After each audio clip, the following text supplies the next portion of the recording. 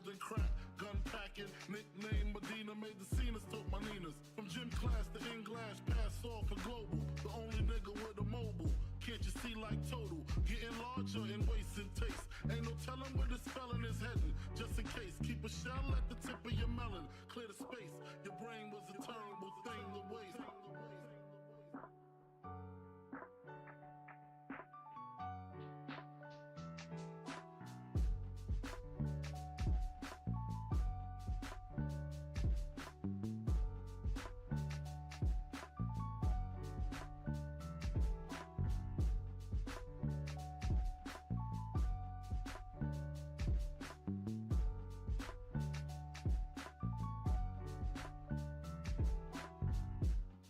Realizing to master enterprise, and I ain't have to be in school by 10. I then began to encounter with my counterparts of how to burn the block apart. Break it down into sections, drugs by these selections. Some use pipes, others use injections. Syringe sold separately, Frank the deputy quick to grab my Smith & Wesson like my dick was missing. To protect my position, my corner, my layer, while we out here, say the hustler's prayer. If the game shakes me or breaks me, I hope it makes me a better man. Take a better stand, put money in my mom's hand. Get my daughter this college plan, so she don't need no man. Stay far from timid, only make moves when your heart's in it. And live the phrase, sky's the limit. Motherfucker.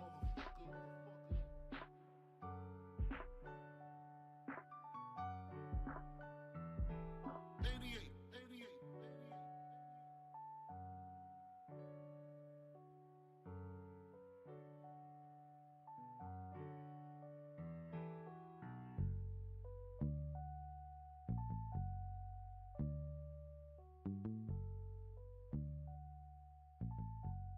And live the phrase, sky's the limit.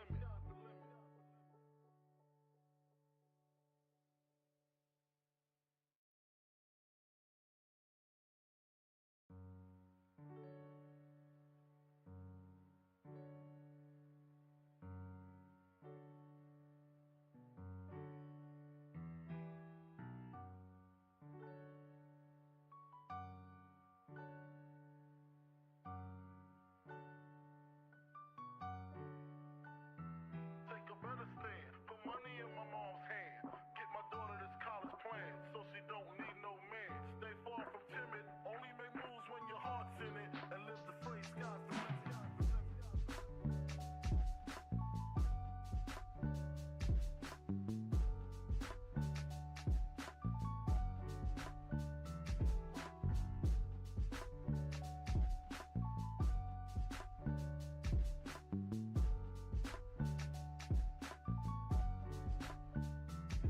A nigga never been as broke as me. I like that. When I was young, I had 2 pair of leaves. Besides that, the pinstripes and the gray. The one I wore on Mondays and Wednesdays. While niggas flirt, I'm throwing tigers on my shirt and alligators. You wanna see the inside? I see you later. Here come the drama. Oh, that's that nigga with the fake. Wow, why you punch me in my face? Stay in your place, play your position. Here come my intuition. Go in this nigga pocket, rob him while his friends watch it, and hoes clock it. Here comes respect. His crew's your crew, or they might be next. Look at they man, big man, they never try, so we roll with them, stole with them. I mean loyalty. Niggas bought me milks at lunch, the milks with chocolate, the cookies, butter crunch, 80.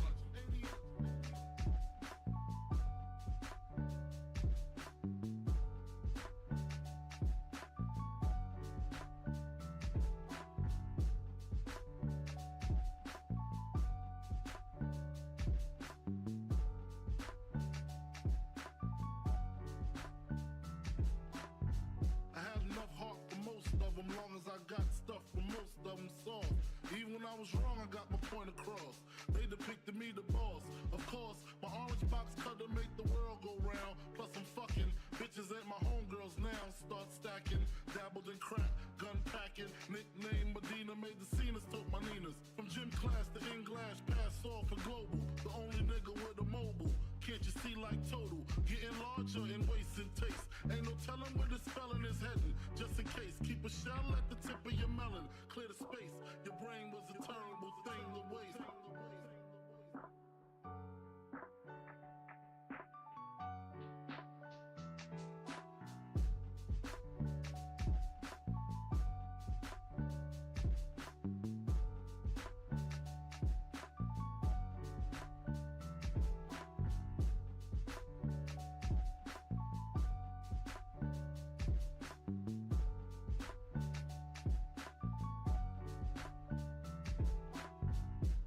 After realizing to master enterprise and I ain't have to be in school by 10, I then began to encounter with my counterparts to how to burn the block apart. Break it down into sections, drugs by these selections. Some use pipes, others use injections. Syringe sold separately, Frank the deputy, quick to grab my Smith & Wesson like my dick was missing. To protect my position, my corner, my layer, while we out here, say the hustler's prayer. If the game shakes me or breaks me, I hope it makes me a better man. And live the phrase, sky's the limit.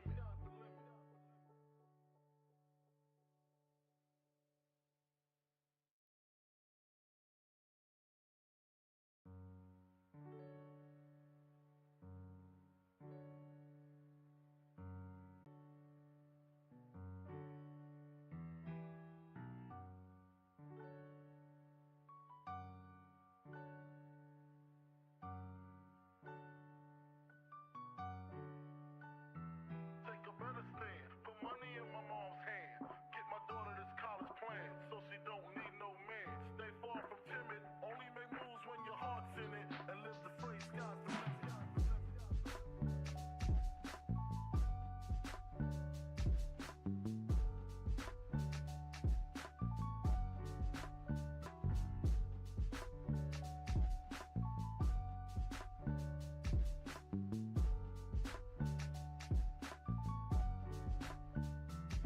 A nigga never been as broke as me. I like that. When I was young, I had 2 pair of leaves. Besides that, the pinstripes and the gray. The one I wore on Mondays and Wednesdays. While niggas flirt, I'm throwing tigers on my shirt and alligators. You wanna see the inside? Huh? I see you later. Here come the drama. Oh, that's that nigga with the fake. Wow, why you punch me in my face? Stay in your place, play your position. Here come my intuition. Go in this nigga pocket, rob him while his friends watch it. And hoes clock it. Here comes respect. His crew's your crew, or they might be next. Look at they man, big man, they never try, so we roll with them. I stole with them, I mean loyalty. Niggas bought me milks at lunch. The milks with chocolate, the cookies, butter crunch, 80 lunch.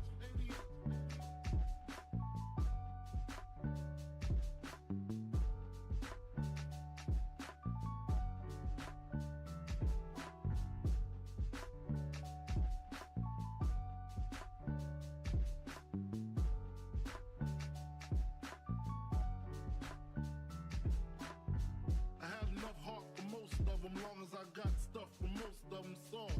Even when I was wrong, I got my point across. They depicted me the boss. Of course, my orange box cutter make the world go round. Plus I'm fucking bitches ain't my homegirls now. Start stacking, dabbled in crack, gun packing. Nickname Medina, made the scenes, took my Ninas. From gym class to English, pass off for global. The only nigga with a mobile. Can't you see like total? Getting larger in waist and taste. Ain't no telling where this felon is heading. Just in case, keep a shell at the tip of your melon. Clear the space. Your brain was a terrible thing to waste.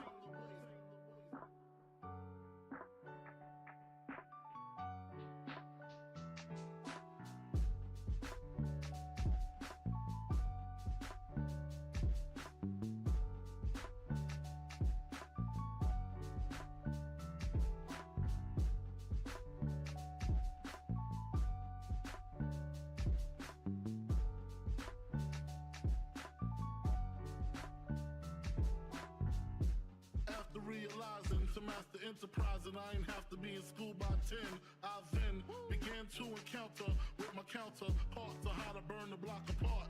Break it down into sections, drugs by these selections. Some use pipes, others use injections. Syringe sold separately, Frank the deputy, quick to grab my Smith & Wesson like my dick was missing. To protect my position, my corner, my layer, while we out here, say the hustler's prayer. If the game shakes me or breaks me, I hope it makes me a better man.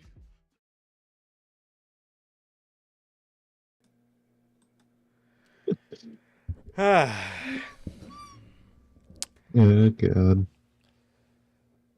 Man, what is going on, guys?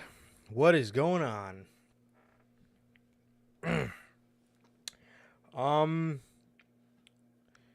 Yeah, man.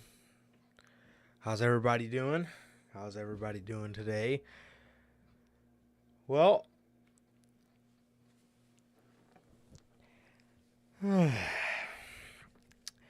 Man, we got a very interesting week of news here today for you guys. As you guys know by the title, Triple H removed, leaving, however you want to word it, the board of directors, man. I know we're on thin ice in the wording department, but however you want to word it, that man is not going to be involved in the board of directors after the TKO merger. So we're going to talk about that. We're going to jump into that first. Roman Reigns. Roman Reigns coming out of SummerSlam. Injured. Hurt. The tribal chief is down. And we got news on Bray Wyatt, man. We got news on a bunch of other things. We have a pretty loaded week of news yet again. I wonder if this beats last week. I don't think so.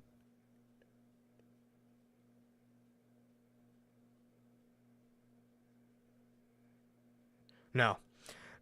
This week it falls around 18 stories reported by not the Notorious Heels podcast.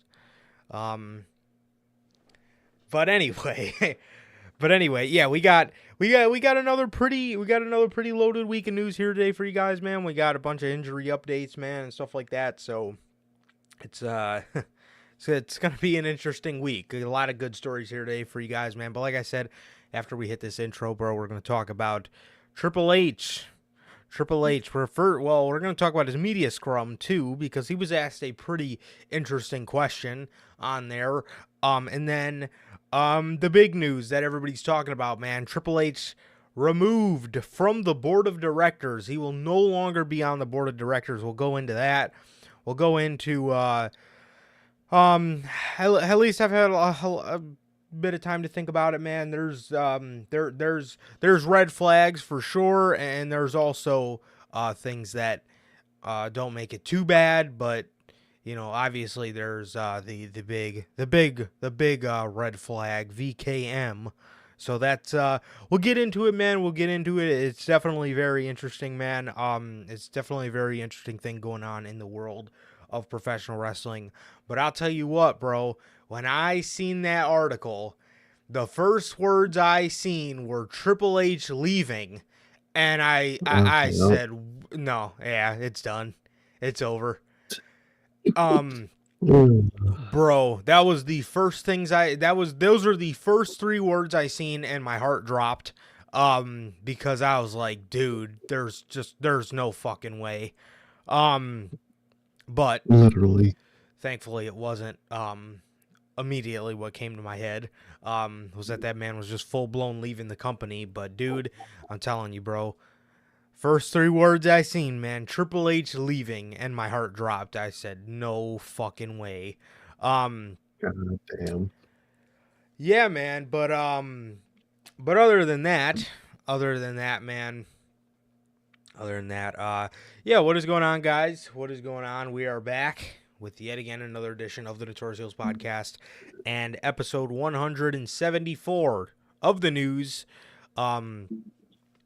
here today for you guys, man. So if this is your first time watching, guys, do not know how the show works. Every Monday we are on here with Notorious Unscripted, and every Friday at 4 p.m. Central we are on here with the news, man. And if you guys did miss this past Monday's edition of Unscripted, was this the best episode of Monday Night Raw all summer? We've seen a pretty fucking good episode of Monday Night Raw this past Monday from Minnesota. And it was a very good episode, man. We talked about all that. We talked about the pretty mid edition of Dynamite 200. This week was definitely a lot better, but boy, Dynamite 200, bro, was pretty fucking mid, man. And we got another interesting episode of Dynamite to talk about this week with Tony Khan's infatuation all of a sudden for women's wrestling. You love to see it. Dude, awesome. He loves it, man. He loves Sees it. all the money in it. Yeah, he loves it. You love to see We love to see Tony Khan showing us how much he truly values women's wrestling. All these main events, man. Got main events flying out their fucking ass in that women's division, man. So yeah, I don't think he grasped the concept of book the division better. That doesn't mean just throw them in the last time slot. Whatever. That's just the free excuse to turn off Dynamite fucking 20 minutes early for me. Yeah, and you know, she is already off to her workhorse reign. You know, Oh yeah, I know man. you're stoked about it. I know you're stoked to see Oh, I'm her so excited. just wrestle. That's it. No storylines because they're not needed. You know, according to some people, storylines. Who needs them, bro? All we need is some good old fashioned wrestling. That's all we That's all fucking you need, need, man. man. So Storyline 2, just a story merchant, guys. I'm sorry. yeah, story merchant Sir K is unreal. Yeah, So it's a crime. so yeah, but if you guys did miss his past episodes, this past Monday's episode of Unscripted, that is available for you guys on all platforms, man. Anchor, Spotify, Google Podcasts, Apple Podcasts. And if you want to see it first, join us right here every Monday after Monday Night Raw for Notorious Unscripted, man. Like I said, talked about a pretty mid Dynamite 200, a fucking fantastic, out of nowhere, fantastic episode of Monday Night Raw. It's very good, and stuff like that, man. So, you know what dawned on me we forgot to talk about because Collision was kind of just there.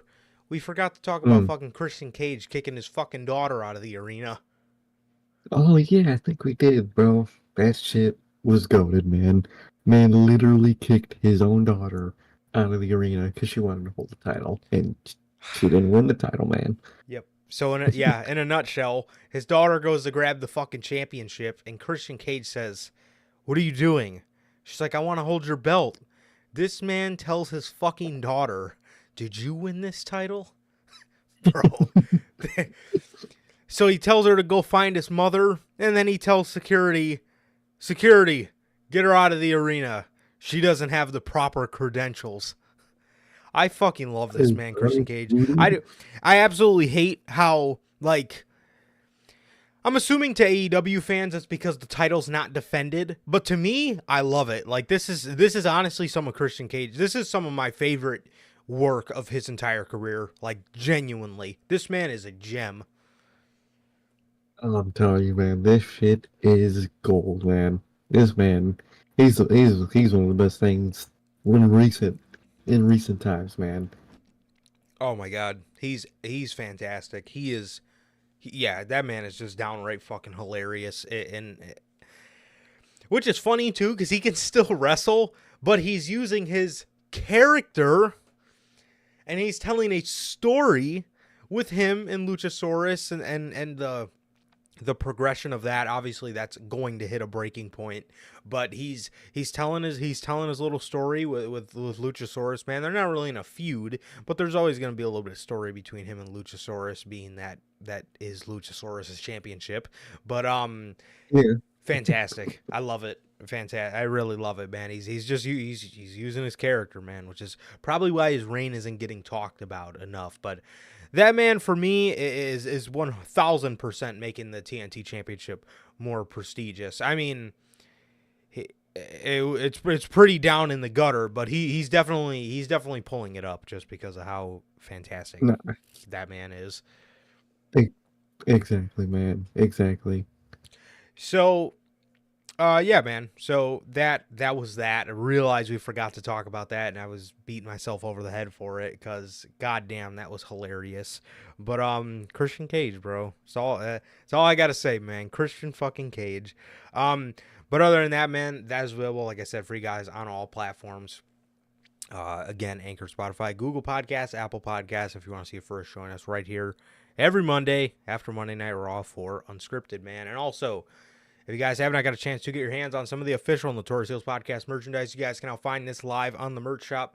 That is bonfire.com. Link is at the top of the description of this very video and in either mine or Sir K's social media pages, man. You got all 8 of these beautiful designs on there for you guys, man. You got the Chicago flag design, the uncrowned kings of the IWC, the Biggie inspired design, the Notorious scratch logo, the best kept secret to the IWC, the 3 versions of the Notorious World Order shirt. You got the Chicago flag design like you see on your screen, the classic black and white, and the Wolfpack red design. You got the Grand Slam design, the Notorious scratch logo, and the only community that matters, man. Again, all 8 of these beautiful designs available on the merch shop.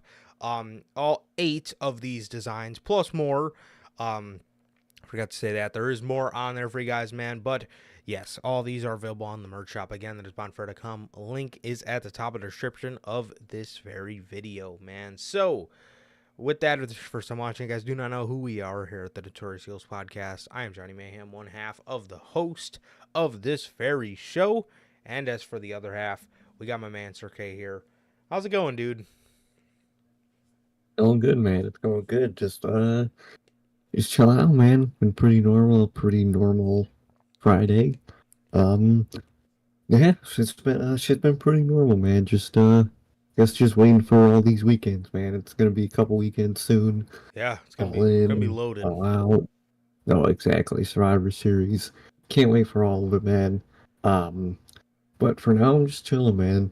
Like Durante always asks, man, how's life? How's the family? Life's good, man. The family's good. How is everybody doing in chat? Durante, Logan, JT, Johnny's dad. How are all you guys doing? What about you, bro? How you doing? Yeah, man. I'm pretty good, bro. I'm pretty good. Just chilling, dude. Just chilling.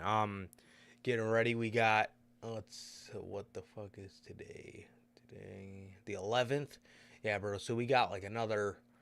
It's 3 weeks away. It's 3 weeks away. But once we get that started, bro, we go right into All In. Then after that, it's Payback. Then it's All Out. So there's gonna be quite a bit, and then I feel like there's something after that. Other than the fact that September is just personally a pretty busy month for me. Okay. Other than that, there's usually every year there's just a lot going on in September. So just kind of waiting for all that, dude, and excited for all that. Yeah. So that's that was that, man.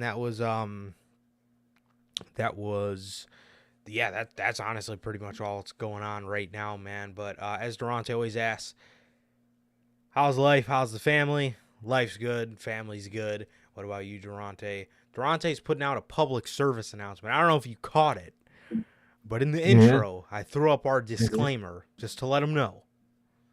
The public service announcement, this is not a dirt sheet podcast, EY. And we always hope Eric Young enjoys the show. Hello, Eric. We always do. What's up, EY, man? How you doing, man? How's Impact treating you? How's it going over there? You and Scott D'Amore killing it, setting the world on fire. Yo. Oh, yeah. How's everybody else doing in chat, man? Like I said, Durante, Logan, Bell, Pops, JT. How's it going, man? JT's got a pretty interesting question for us, man. He says, have y'all ever thought about getting a new intro song? Maybe something metal? What's your perspective on this, okay? Maybe one day. Overall, I think the vibe of the show is the Notorious Heels podcast, Notorious from Biggie. So kind of like to keep it in that realm of that style, man. But you never know one day, man. You never know. But I think the overall style of, using Biggie songs and whatnot is our way to go. Definitely, man. Definitely. Maybe. I'm definitely not opposed to it. I mean, if it presents itself, maybe. But I do like the vibe. I do like the vibe of Biggie.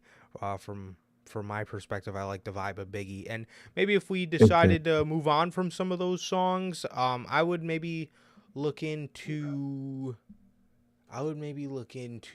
just like other rap genre, maybe something other like, of a rap genre.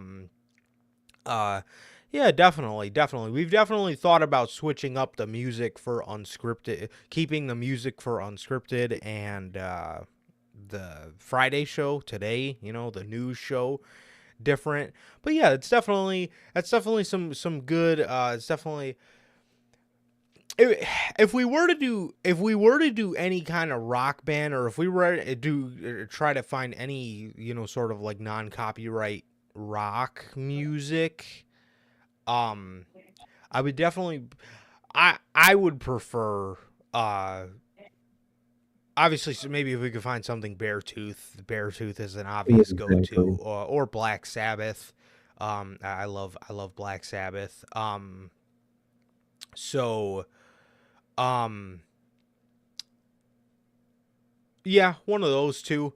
I would definitely personally would be super super cool with. I would be super cool with, cuz yeah, definitely when it comes to like 80s type bands and stuff, I would definitely take Black Sabbath over Metallica personally. Um Oh, 100%.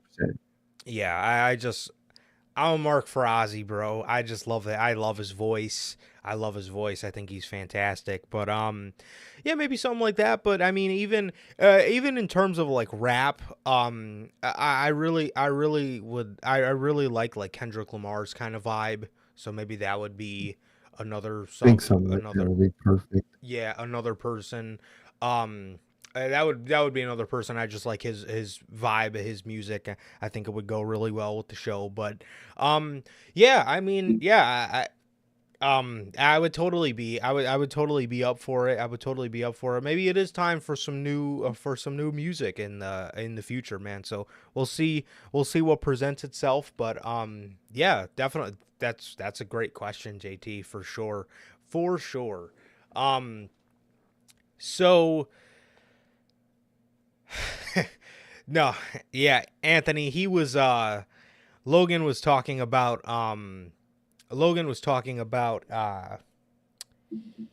he was going off something I said. I was saying when I was hearing about the Triple H story, the first three words I seen were Triple H leaving, and my heart dropped. So that's what made him say, "Imagine Triple H leaves after the best Raw of the year."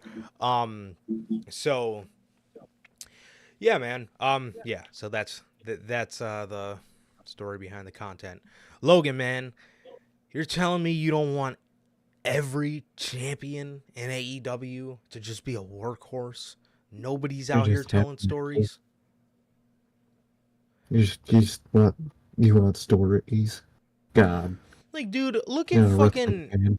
look at Orange Cassidy's reign. I always go back to Orange Cassidy, but look at fucking Orange Cassidy's reign compared to MJF's. I mean, dude, MJF right now is telling AEW's best story of the year by far. So,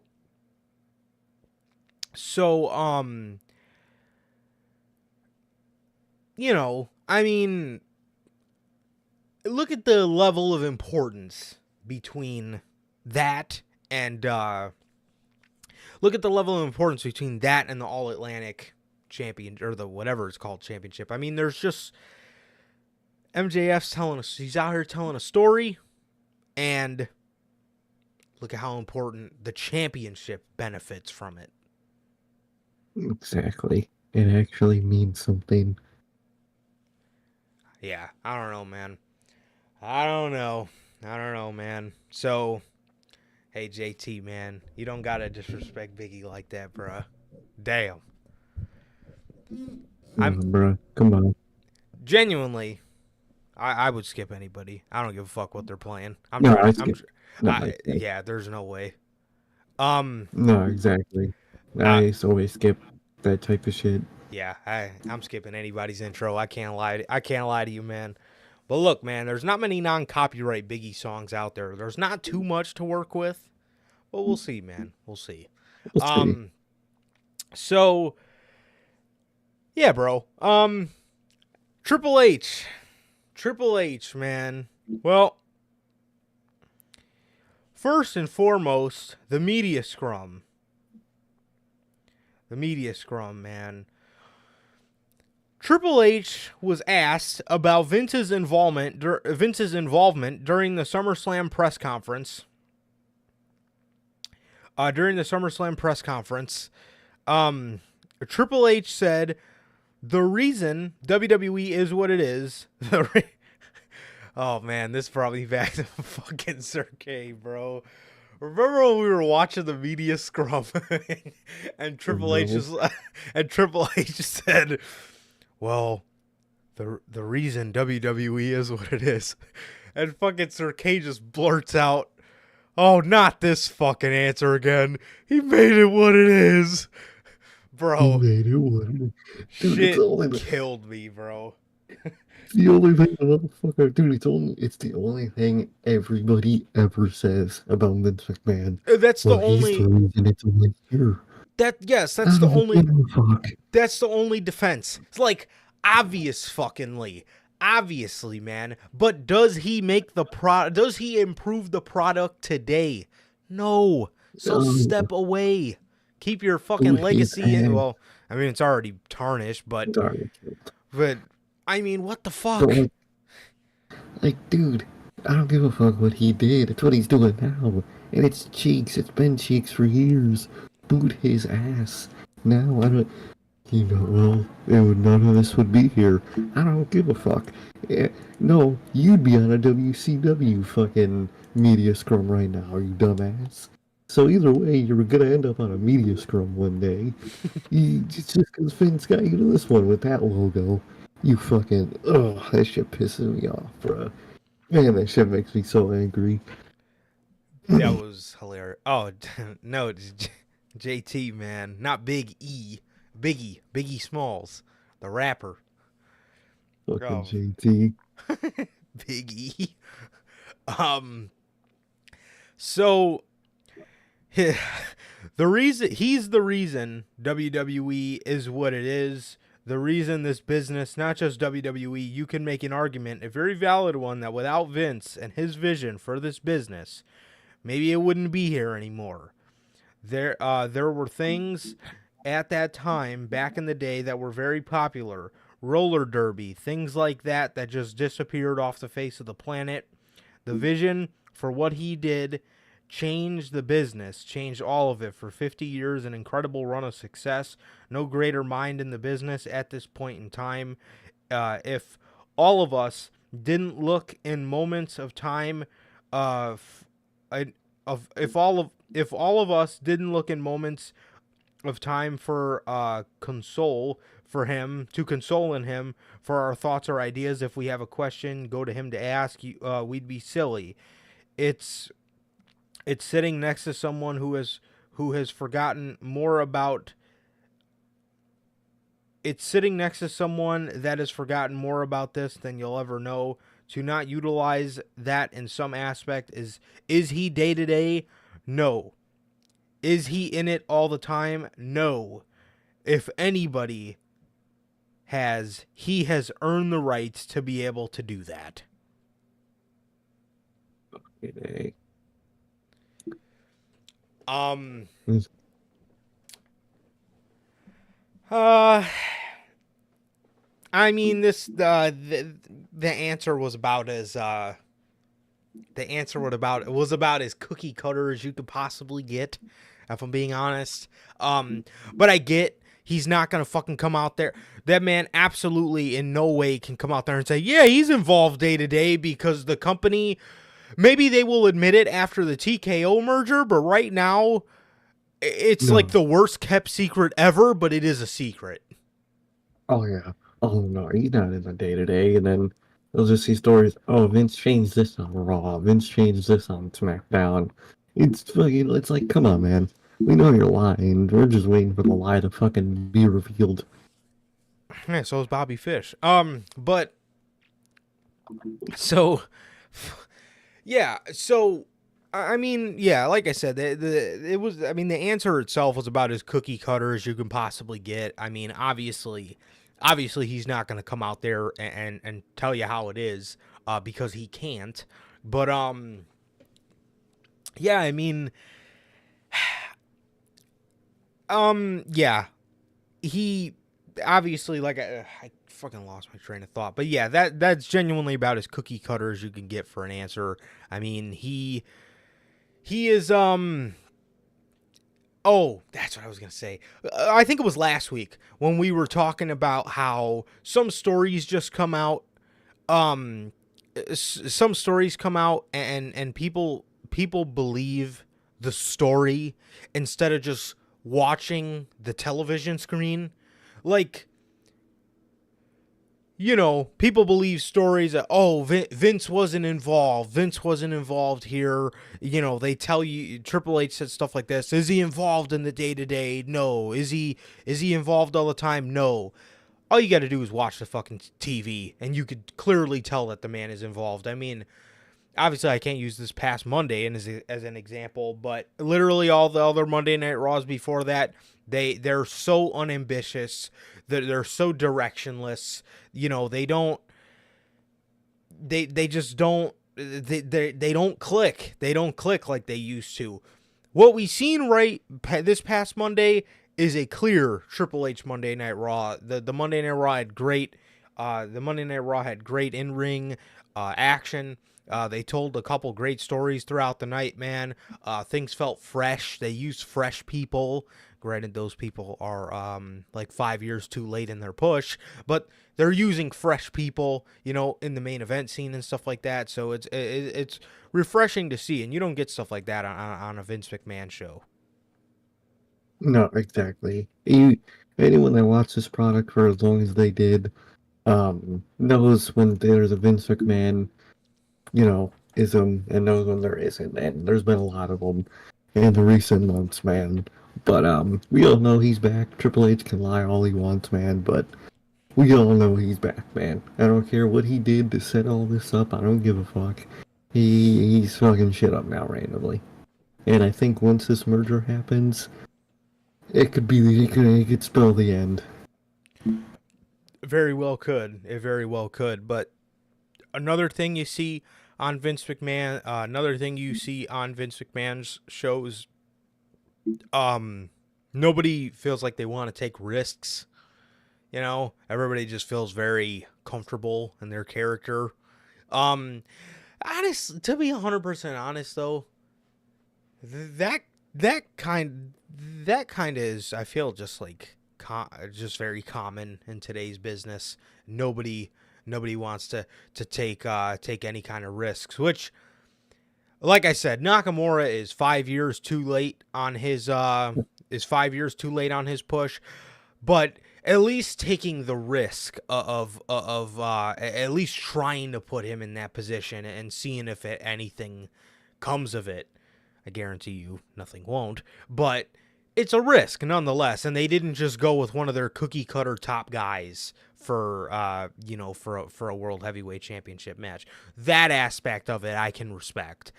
The other aspect is that man is just dead in the water. I mean, if you're going to take risks, you go with somebody like Bronson Reed or somebody who maybe has a bright fucking future. Somebody like that, man. Not washed ass fucking good old Nakamura, man. But we'll see how it goes, man. We'll see how it goes. But we all know Vince is back in a lot of elements, man. No matter what Vince says, no matter what Triple H says, we know the truth, man. Give me one of the media scrums. I'll grill his ass. Oh my god. And the last line. So, dude, that media scrum, bro. They were pissing that man Triple H off, bro. They were pissing him off like that. I think it was that old guy that asked him. Well, granted, that I guarantee you that old guy is never getting invited back to a fucking media scrum ever again. That man starts grilling Triple H about the U.S. title. Why wasn't Austin Theory defending the championship at SummerSlam? Like, damn. Dude, both fucking Paul Heyman and Triple H were so pissed on it because people were actually asking like real media scrum questions. Yeah. And they were dude, Paul Heyman was furious in that fucking when that little girl asked him is he gonna go back to Brock after the storyline ends? Yeah. Dude, that shit killed me, bro. He was so angry. That shit was hilarious. Well, what are you gonna do after the bloodline implodes? That man just got pissed, bro. Fucking But dude, you could definitely you could tell the tone in Triple H's voice changed when that old dude was like, "Well, why is Austin Theory in a battle royal?" And Triple H asked him what he meant by that, and then this fucking guy's like, "Why isn't the U.S. title on SummerSlam?" And then he just started going. You just heard that man, the tone in his voice change. He's like, "Well, dude, well, you can't put everybody on the card," and I try to explain that to a bunch of talent, aka Becky Lynch. I try to explain that to that man was pissed. But I mean, those are the kind of questions that people want to hear. People do not want to fucking hear, excuse me, Triple H, how do you feel tonight's show went? What? like, it went good, like all the other fucking ones. It was a weaker one, but obviously he's not gonna say. Like, what do you think he's gonna say? Oh, I thought tonight's show fucking blown dick. Like what? We were pretty mid tonight. I ain't gonna lie with you. We could have done, you know, this is a record gate and blah blah blah and fucking this and that. And they're actually getting real questions and they're getting mad. I love it. I hope they continue that shit, bro. Let me and you get on one of these bitches, bro. Dude. Oh man, I'm asking the real questions. I'm just gonna ask him, what's up with Bray Wyatt? That's all I gotta say. And then I'm gonna walk away. I'm not even gonna let him answer the question. I'm gonna just leave the fucking media scrum. So, oh god, fucking Cody. Oh, I'm gonna be like, hey, Trips. So, Sean Sapp reported, and I'm going to point to Sean Sapp in the room, that your storyline with Gargano got vinced. Explain to me what that means. Explain to me what that means. Because you say he's not in.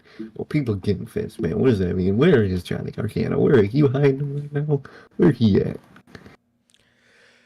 But like... Cody. Let me get in front of Cody, man, please. Oh, my God.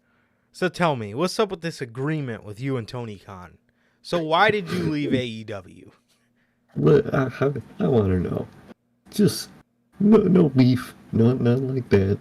What the hell you leave AEW? I'm curious. What happened? Was it CM Punk or Phil? Did you want the Elite to come to WWE? Is that what you wanted? So, or are you telling me to stay away, man? How did you really feel after WrestleMania when they buried you? I mean, when you lost. He'd probably completely ignore the question and just pick up whatever they're sponsoring. Let me try it. Delicious. Delicious. Fucking Cody. Fucking. So, yeah, man. I mean, you know, fucking. I mean, these media, you know, these media people, I mean, it's like these people remind me of the people. These people remind me of that fucking reporter that asked Chris Paul back when he was on the Clippers if he thought they were gonna win Game 7, and Chris Paul's answer was, "What do you think I'm gonna say? Nah, we're gonna lose." Oh. Of course he thinks they're going to fucking win Game 7. They didn't, but of course he thinks they're going to win Game 7. Like, what kind of question is that? I think we're about to get fucking destroyed out there on the court, bro. Come on. They're actually asking real questions for once, and both of them are Dude, Heyman was... I don't think I've ever seen Heyman that mad. That shit killed me. That man, I mean... fucking... So the reason I think Heyman got upset is because I think that was like his easy out to go at the people that are saying that the Bloodline story is getting stale, and that man took every opportunity. But I mean, Trips, I know it upsets you, but it's a valid question. Like, now my question wouldn't have been, why wasn't the United States Championship on SummerSlam? My question probably would have been something like, with the option of LA Knight versus Austin Theory being a very popular fan avenue for SummerSlam, Why didn't you replace the SummerSlam Battle Royal with the LA Knight versus Austin Theory? You know? Exactly. You don't got to Well, sound like an now it's asshole, on. you know what I mean? But there's ways of asking valid questions. You know what I mean? Not, was the Slim Jim Battle Royal a big money maker for you guys? No shit. No fucking shit, dude. I mean, come on, bro. What are these questions? Shit Oh, sucks. dude, give me for LA Knight. Shit, man. You feel they underbooking you? Yeah. You think like, that's the ultimate question, Durante. That's another Who the great hell one. is Johnny Gargano? Are you I talking him? 100%. That would 100% be a valid question. If we ever get on a media scrum, if it's not completely irrelevant by the time, I would 100% be like, so, you know, we seen Dexter, we seen Indy, Candice. Actually, we did see them on Monday, just all of a sudden in the backstage area with Raquel. We seen the Way backstage at Raw. And we never seen them again.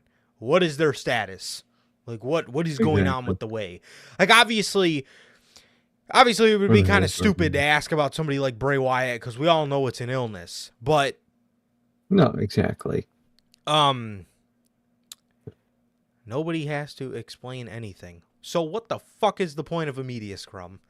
It's No, so exactly. we can Just ask questions for them to explain. At that point, we might as well just not have a fucking media scrum. Because if I ask him a stupid ass question, how do you feel about the show? Technically, he doesn't have to answer that one either. But we want to know these things, and that's the point of a fucking media scrum. So it's literally the whole point of a media scrum. And other than that, it's just for them to advertise more shit. And I don't give a fuck about their ad. Am I getting a check from them advertising? Hell no, I'm gonna ask some real ass questions. Fuck them. They didn't want me to ask these questions. Boo-hoo. Shouldn't have had a media scrum. Shouldn't have invited me. They better hope not to invite me. Exactly. That's kind of the whole point of a media scrum, man. So, anyways, now that we got done ranting about media scrums, Triple H, man, Triple H, the board of directors. Triple H and the board of directors, man. So Triple H not included on the new TKO Holdings group border of directors. Jesus. All right, man. So WWE and UFC are merging into one TKO Holdings group company. That will call for some big changes throughout the operation, and it appears that Triple H might have one less appointment after everything is said and done. A notable absence has emerged among WWE selections for a board of directors for the upcoming merged entity TKO following the finalization of the Endeavor deal. The composition of the TKO board has been established as consisting of 11 members, with WWE appointing 5 and Endeavor appointing 6. WWE has now revealed 4 of its chosen representatives: Vincent Kennedy McMahon, Nick Khan, Stephen Conan, and Nancy Tellum. Oh.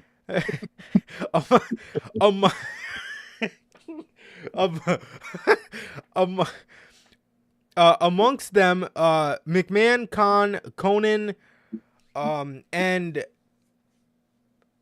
amongst them, McMahon, Khan, Conan already hold positions on the WWE board of directors, while Tellum is a fresh addition. This revelation implies that a number of WWE board members have not been chosen for the TKO board. Most notably, Triple H is missing from the lineup, while WWE has one remaining spot to fill. As of now, Levesque's acquisition has not been confirmed. Amongst the other WWE current board members, amongst the current WWE board members, who were not selected are George Barrios, Michelle McKenna, Steve Pammon, and Michelle Wilson, which is funny because a lot of those people he just brought back for the board of directors, and now they're just not in it again. It seems that they are stacking this new company with some important names in business. This is interesting and a bit puzzling. Triple H has been excluded.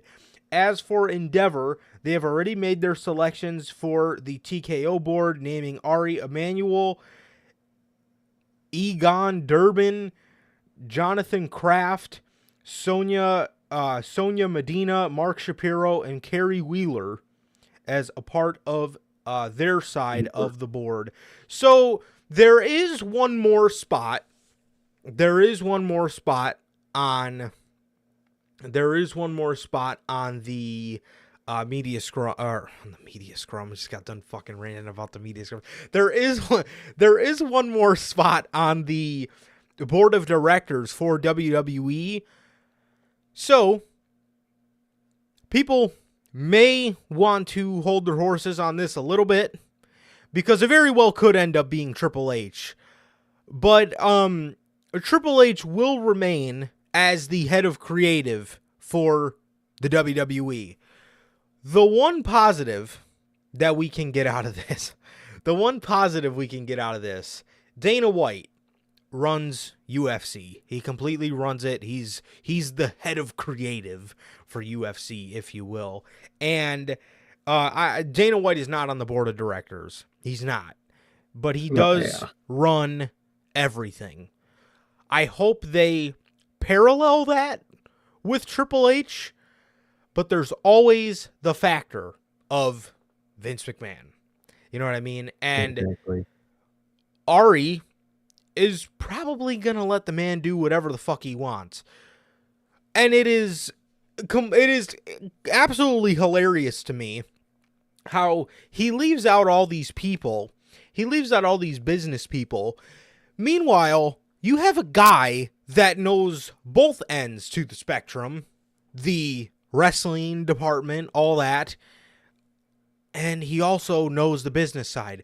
What does this, speaking of media scrums, what does this fucking guy do every media scrum? He comes out wearing his fucking glasses, and he's got a paper with the numbers on it. This man knows the numbers. He knows all the metrics. He knows the WWE inside and out. So how you do not nominate him, at least nominate the fucking man to put him for that final spot is ridiculous. And I hope it does change because, again, this man knows this company inside and out.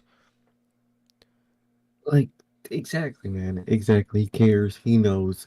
He can talk about the business. He can talk about the creative. And once you want somebody that at least knows a bit about the creative stuff in those fucking board meetings, so when they're talking about what pay-per-views they should go to or where they should do one next, you don't think you would want a guy like Triple H that knows what the fans' reaction would be to their decisions in that meeting? Come on, man. Come on. Because the thing with Triple H as to where and that's the other thing. Vince does creative and a member of the board. Why the fuck can't Triple H do it? Exactly. And sure, they say Vince doesn't do creative, but Vince does both of them. Fucking, you best believe that. But all these other guys just think about, they're obviously just going to think about lining their pockets. Triple H obviously is going to think about lining his pockets, but he's also going to be looking at things for where's the best place to bring this pay-per-view? Where would get the best fan reaction here? The man has his finger on the pulse. What about this free agent we should possibly be looking at? And again, he knows all the business stuff too. And then he knows all that kind of stuff. What about this free agent? What about this? What about this? But then he can also be looking at the business aspect of maybe where they want to bring some of their shows. What's going to make them the most money? Come on, bro. This man knows, like, when you say this man knows the WWE inside and out, he's He's literally just a younger and smarter Vince McMahon. He's a younger and smarter Vince McMahon with his finger on the pulse. Vince did this shit for years. He knows the business side of it. He knows the creative. Used to know the creative side of it. He knew the company inside and out. Triple H is that, but Triple H has his finger on the pulse of what people want to see today. How you don't want a guy like that? I know why they don't want a guy like that, because he's too fucking smart for him. But it's bullshit. It doesn't make it any less ridiculous. It really fucking doesn't. No, exactly. So he 100% should be a part of that fucking board of directors. And there's still time to do it, man. But we'll see who they give it to, man. Because they could give it to Triple H. But who knows? With this company, they could fucking give it to Kevin Dunn. And if that happens, well, a good old Triple H, just give Tony Khan a call at that point. Might as well, because that would be an unstoppable force. That's what I always said, man. Yep. Those two combined would take this shit over, man. You've said that as long as I can remember. So, but yeah, bro. So, yeah, man. I mean, it boggles my mind, but at the end of the day, it doesn't, because they don't like him. I mean, Vince McMahon, you know, Vince is Vince. Vince is gonna fucking be Vince. So that man, look what he did to his own daughter. If he's doing that to his daughter, do you really not think he's going to try to slowly but surely exile his son-in-law from the head of creative? Exactly. Look what he did to his own son. I mean, granted, that man was trying to fucking book himself to win the Royal Rumble, but fucking look, the man fired his own son. Maybe rightfully so, but he fired his own son nonetheless. But what he did to Stephanie was really bogus. Like, really fucking bogus, man. Fucking booted his own daughter, booted his son, even though that's kind of justified. But, like, bro this man really wanted to put himself over. Fucking good old fucking man. I miss Shane, man. I miss him. He still got it, man. What can I say? Oh my god. Shane still got me. Rack. His fucking leg just came out. Love it. But yeah, man, this man's no stranger to fucking people over, even his own family, man. So Triple H, if it has to happen for Triple H, for to Vince McMahon, to Vince, it just has to happen. Yeah, man. I don't know, dude. I don't know. Super, super, super annoying. But we can only hope for the best, and I guess for the time being, he's going to be involved as head of creative. But maybe they will keep him there. It doesn't really say that they will use him to the fullest of his potential. But I could honestly see them just keeping him there just to say he's there, so because they have to know that Backlash is going to be nuts. They have to. If the Endeavor board doesn't know, Vince knows, and fucking that company knows. So they better hope that they're just gonna keep Triple H around as just a name, so they look good.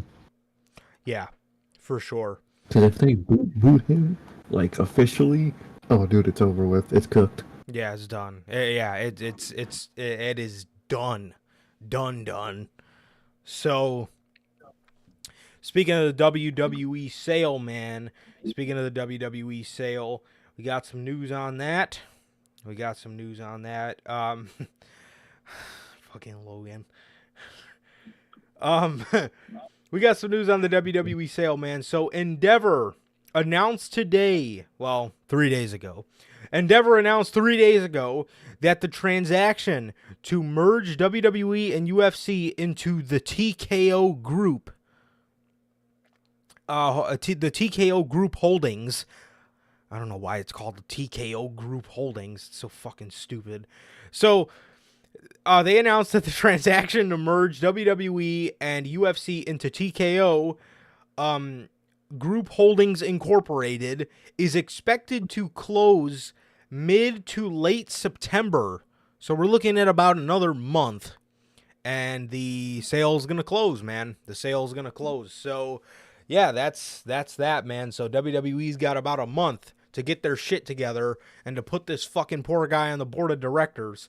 Not that that's gonna help anything, but at least it will give him a little more leeway, I guess. Mhm. But they got Exactly. they got about another month to get their shit together, bro. So we'll see, man. We'll see. Let's see how it goes, man. Hopefully it goes good, man. You know me, I'm scared as fuck about all of this. But let's just hope it goes well, man. And also another thing that I've been asking, and I would love to ask at the media scrum. Oh, it's a What the great fuck is question. with this TKO name? And is it going to be the new name of WWE and UFC? Because that's what they've been saying. That it's going to be the new name of these of everything. Is that true? How is this going to work? Let me know, Paul. Come on, Paul. Let me in on it. Send me the invite to the board directors Zoom meetings, man, just to listen. Oh, I'd love to be a fucking fly on the wall. You know the kind of Oh, dude. shit, the kind of shit that is said in those meetings would make the community go absolutely insane. Oh, you know it. They'd be talking about who they gotta push and whatnot, who's a massive star in the future and shit. And oh god, it'll be hilarious. That shit will be fucking hilarious. Definitely, man. So still speaking on the sale, one thing that has to do with the sale is WWE cuts. Oh fuck. Oh, man. So we heard about these things in July, and they never happened in July. But during the company's Q2 earnings call, an update was provided on the upcoming merger between World Wrestling Entertainment and the Endeavor Group, who owns UFC. The group will collectively be known as TKO Holdings. When the finalization of the deal has been completed, following the initial reports of a target of September, this date is still the goal, following the earnings call from Endeavor, as reported by Brandon Thurston of WrestleNomics. A concern statement was made by Endeavor CEO Ari Emanuel. Plans are underway to make costs and synergies happen immediately upon closing. The financial measures will see departments from both companies merge as one. Sadly, for office staff on both sides, this will render multiple staff redundant and result in job losses in order to save money. Thurston was indicted with concerns regarding security of WWE superstars as the mass layoffs of 2020 and 2021 still refresh in the minds of many fans. Thurston responded by saying that wrestler cuts seem unlikely but not impossible. There are positions behind the camera that are at risk. To address the chaotic replies and quotes, I don't have a strong impression about whether talent cuts will coincide with closing. Employee staff layoffs are widely expected, unfortunately. So it looks like mostly office stuff. I mean, like he said, wrestler cuts are unlikely, Possible. but they're not impossible. So, Mm-hmm. there is a chance, but like the major concern here is the offices, because I just know those people are going to get fucking slammed. Oh, you fucking know it, man. Because they said before, once all this, business stuff started happening, that basically Endeavor's gonna do all the office stuff for WWE. So damn near they'll probably lose their whole fucking office. Yeah. Which I don't know why they moved to that massive new office then, if they knew this was gonna happen. You're just gonna have a bunch of empty rooms. What the fuck are you gonna do with it? But and maybe that's where they're gonna stick Triple H, man. Maybe they're gonna have him clean the whole office is busy work, man. On the daily. You never know. Maybe he'll be the night security guard at the office, man. Make him do that busy work. But Jesus. who knows, man? This is intriguing, and I'm just curious to see how all this is gonna happen. Really. Definitely, bro. Definitely. I mean, maybe they're gonna send. Maybe they're gonna send people. Maybe Endeavor's got enough people to send a bunch of people to the new Titan Towers. who knows, man? Or I don't even know what it's called. I don't even know if it's called Titan Towers anymore, but whatever the hell it's called. Yeah, who knows, man? Who knows? Or maybe they just throw that right back up on. Maybe they just throw that building right up for sale again. Who knows, man? Yeah, we'll see how it goes, man. It's always intriguing. Yeah, man. So, um, yeah, I believe that's all the news we have, at least regarding the sale of the company and Triple H regarding the board of directors. Man, we have a lot of leaving and returning and injured news on this episode. Oh yeah. So I guess we can go ahead and start with we can go ahead and start with the most obvious one of them all, Ronda Rousey. Following reports, Ronda Rousey has confirmed her departure from WWE as she says there is nothing left for her in the company. I believe it was some post about Shayna Baszler. She said something like, Shayna got me into this business, so now that she got me out of it, there's nothing left for me to do, or something like that. So Ronda Rousey has confirmed a WWE departure, man. I mean, this was the most obvious piece of news that anybody's seen coming. So we talked about it on SummerSlam, man. But yeah, Ronda had so much promise in the beginning of her run, man, and boy, oh boy, did she wash up quicker than I've ever seen anybody wash up in a wrestling ring. I swear to God, quickest, fastest, and most sudden fall off in the history, man. But she looks like she's done, man. I mean, I think both sides are probably happy with this at this point, so yeah, good for her, I guess. She could go onto her farm and be with her fucking farm animals or whatever she does. And Shayna Baszler can go and be important on TV. Well, hopefully be important. And let's hope it all goes good, man. I hope it all goes good for all parties. And yeah, man, it's kind of gonna be great for both parties and all of this. definitely. Ooh, that would be decent, Logan. That'd be smart. That would actually be a really fucking good idea. You could do, obviously one side of the ginormous building as the UFC Hall of Fame, put a bunch of memorabilia, and then all that stuff they keep in the WWE archives that just sits in a fucking warehouse that they bring out once a year for WrestleMania access. Literally. All that stuff you could put that in a build. That's a really good idea, actually. Like a physical Hall of Fame that people could go look at. That would be really sick. It would. That'd be really awesome. Vince could make Triple H set it all up, man.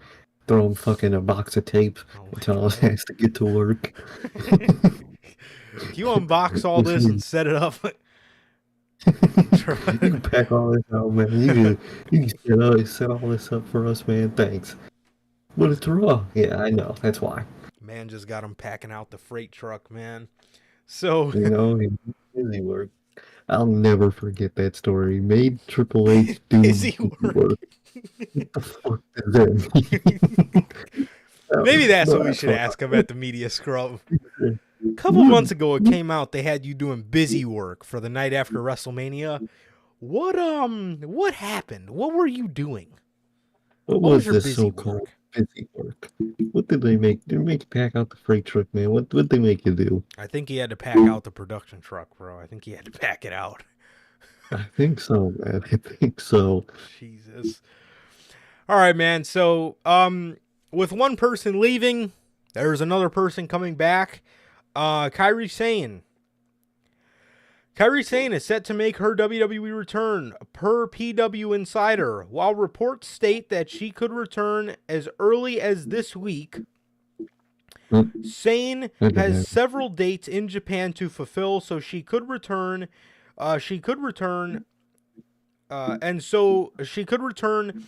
And in November at the latest. Sane left the U.S. in 2020.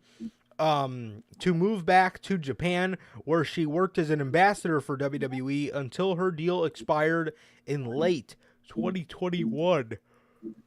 With this, I did see rumors. Nothing really stuck, but there was rumors that they were gonna fucking bring back Nia Jax as well.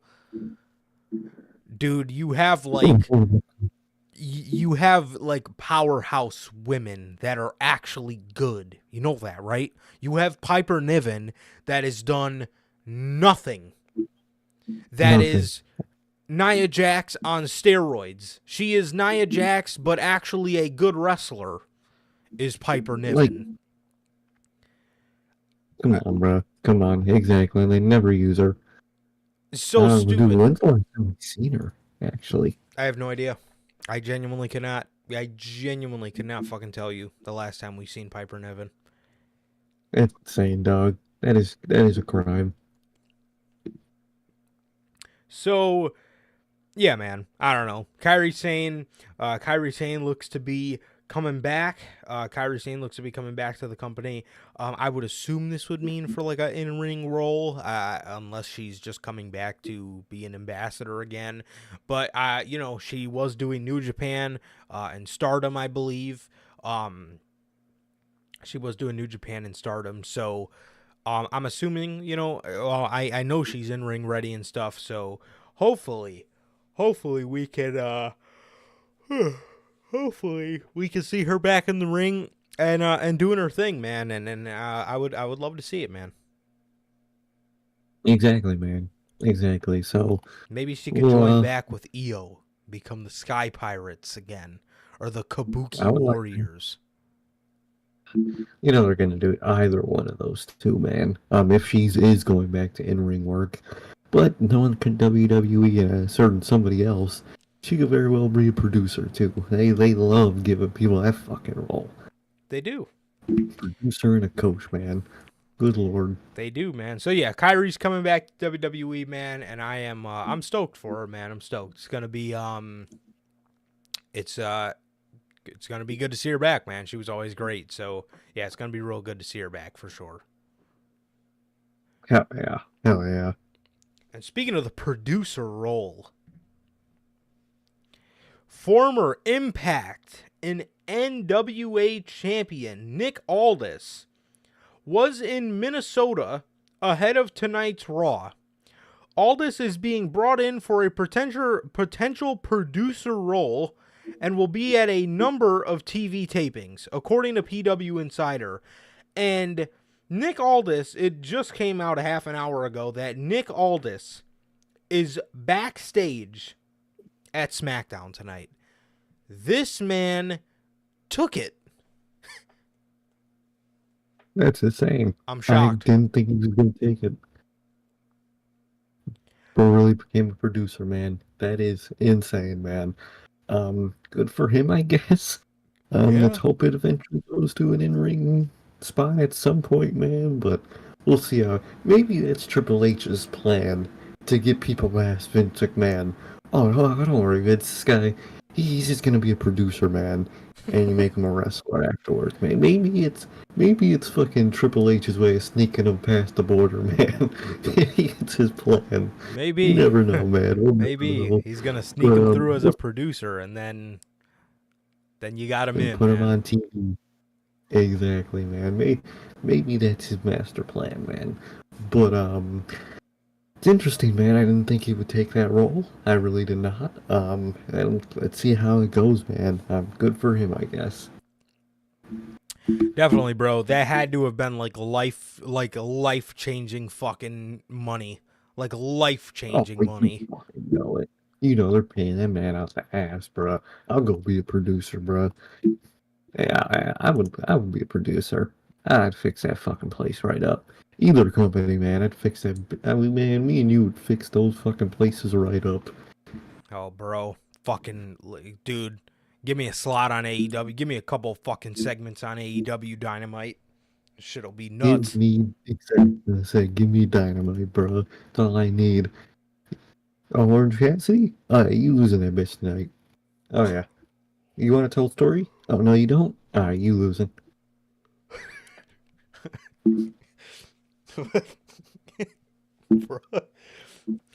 Hey, man. We're a year into it, man, and there hasn't been not one story told. No, Sorry, buddy. exactly. So, deuces. So, now on to a little bit onto the sad news, man. The injury news. Obviously, nobody likes to Yeah. hear about this kind of stuff, but it happens, unfortunately. Um, Sonya Deville. Sonya Deville has suffered a torn ACL, according to TMZ. This happened during her tag team title match against Bianca Belair and Charlotte Flair on the July 28th episode of SmackDown. WWE will address it on Raw tonight, and I don't think they did. Not that I can remember, at least. I don't remember They them. tweeted something. No, yeah, I think that, did they? No, I think they just did it on social media one of these days this week. I think it was just, Sonya just put out a video on social media telling people she was injured and she had to relinquish, but I guess Chelsea Green didn't relinquish, so I guess she'll just find a new partner. Huh. That probably explains why Matt Cardona was making the jokes that he'll step in and be her new tag team partner. Yeah. I mean, the only thing left to do here, man, like Logan says, is retire those fucking tag team championships, bro. Those tag team championships are just worthless. Cursed. Yeah, they really are. Like, dude, I don't know if Mercedes put a curse on those motherfuckers. If her and Naomi cursed them when they were fucking leaving, but they had to have, because ever since then, them bitches just been cursed. Someone is guaranteed injured after winning those things. That's insane. Mm-hmm. Either that, or they lay them on the desk and they never show back up in the company. Respect. I think that was the cursing of it. Yeah. They fucking did a seance to those titles before they put them on that desk. Probably, bro. But yeah, honestly, bro, throw them in the fucking dumpster and fucking set the goddamn dumpster on fire. Yeah, bro. So Sonya is hurt, and a torn ACL. I believe a torn ACL takes quite a bit of time, man. So, man, that absolutely sucks, bro. That absolutely sucks. I always wished we could have got her back to a point that she was in 2020, man, when she cut that one promo of her fucking life on Mandy Rose. Man, I really thought she was gonna, come out of that a major winner, man. But then all that stuff happened with that guy breaking into her house. So rightfully so, she didn't want to be on television for a little bit. And man, we haven't been able to capture that since, and it sucks. It sucks. It really does. And now this happens, and it's horrible. It's horrible, man. So I wish her the best, and I wish her a speedy recovery, man. Exactly. It sucks for Sonya, man. Was having such a great and promising run, and all that shit happened. And then she came back, and she just gets stuck in meaningless tag teams. And that's probably the thing I hate most about the women's tag titles. It's not even that they have women's tag titles. It's that when a woman is not in a singles title match or a singles, story or something like that, they just don't make one. They just say, "Oh, throw the tag titles on them. They'll be fine." Yeah. Like, if we didn't have those tag titles, so many of these women would be getting so many little side stories, and the division would just be so much healthier, man. But it's not, man. It's not. So I think they should get rid of those titles at this point. Not only are they cursed, but they curse booking as well. And I just hope all parties can come out well, man. I hope Sonya can come back, and that they can actually use her in a real capacity. Definitely, bro. Definitely. So, yeah, man. A lot of injuries going on, bro. A lot of injuries going on right now, and the tag title scene, especially right now, man, is rough in WWE with the amount of injuries that have been happening. Yeah, truly sucks, bro. Truly sucks. So, Big E, another injury update. Doctors have told Big E he should not wrestle ever again. Ooh. That sucks, man.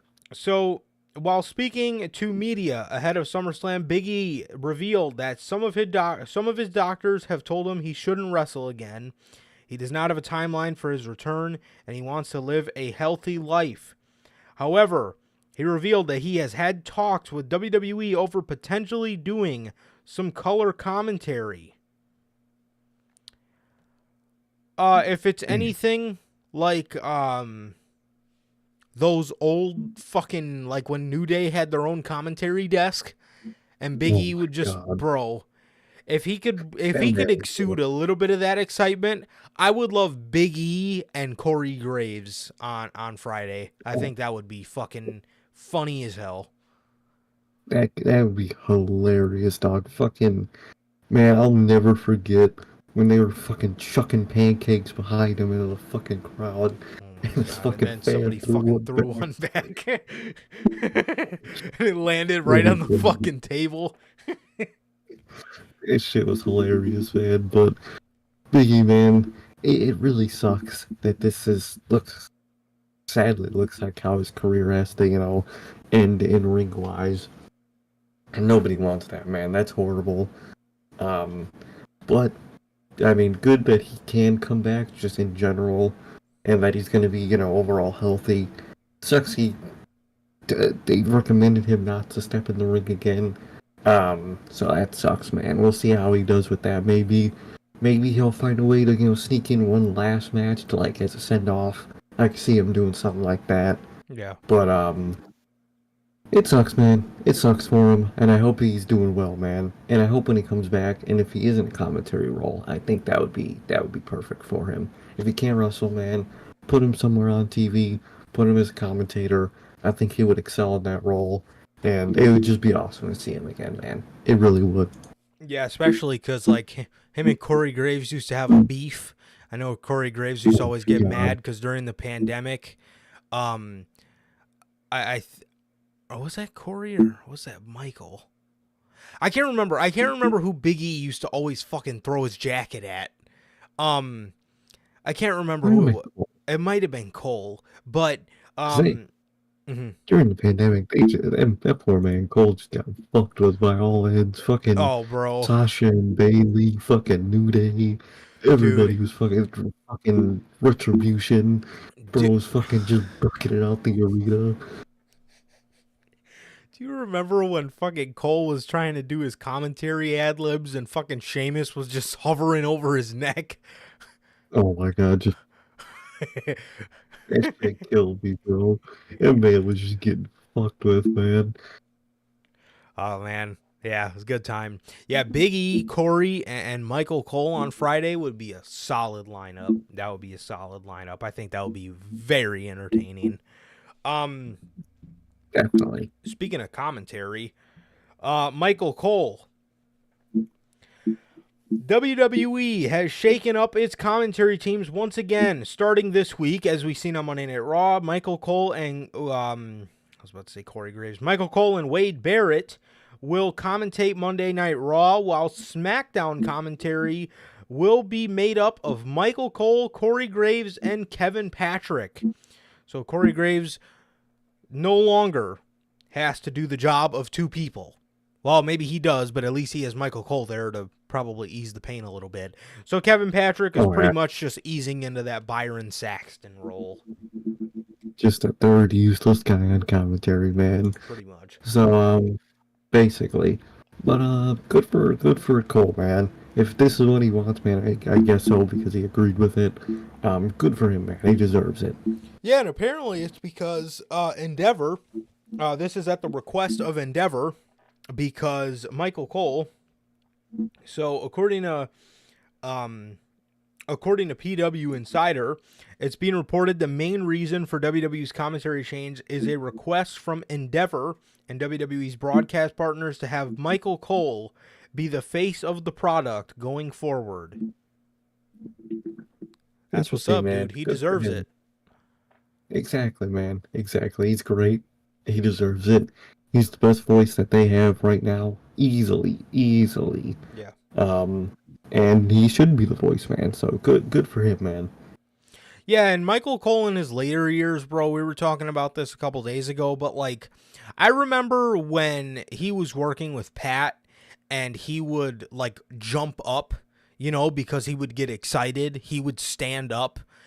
And I remember people were like complaining about it when he was first Oh doing it. yeah, But um, like, what? He's excited like about the what? product. Like, do you want Is that not a good thing? Yeah, do you want a fucking commentator that just sits there like this the whole time, just fucking lean back in the chair calling the action? Like, no, like Michael Cole in his later years is like, you could tell this man is having the most fun that he has probably ever had in calling Oh, exactly. the action. So, dude, I love to see it. I do miss Cole and Pat McAfee, and I really do feel like Oh yeah. Cole I really do feel like Cole, McAfee gave Michael Cole like a whole new lease on life for commentary, because ever since he worked with Pat, it's just been like that man's just been a different animal ever since. Like he's Exactly. yeah, he's really fantastic, man. He's really fantastic, and I say this all the time, but I wouldn't be mad at you if you put Michael Cole up there and one of the greatest wrestling commentators of all time. Um, if you ask me, you'd be an idiot not to be honest. Oh yeah. It's probably Morrow and then Michael Cole, easily the top two. Yeah, for me, 100%, 100%. Yeah, for me, it would definitely probably be Morrow, Michael Cole, then Jim Ross.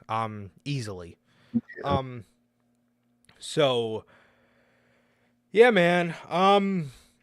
So yeah, back to another injury update. This one comes from AEW. This one comes from AEW, man, as Bryan Danielson. Bryan Danielson, man. So, according to the Wrestling Observer newsletter, they noted a bit more specific date regarding Daniel Bryanson's Bryan Danielson's return to the ring. It was noted in the newsletter that Bryan is expected to be back in October. That won't keep him out of action for very longer, but he will miss a few big events. Bryan got his surgery for his broken forearm on July 3rd. Damn, he just... Oh, I don't know why... Don't mind me. He got his surgery for his broken arm on July 3rd. At the time he was told 3 months before he could return. Although it was possible he could beat that by a week or two, All In and All Out are out. Wrestling at Grand Slam doesn't look good either. I don't want to say impossible, but he should be back in October, per the Wrestling Observer newsletter.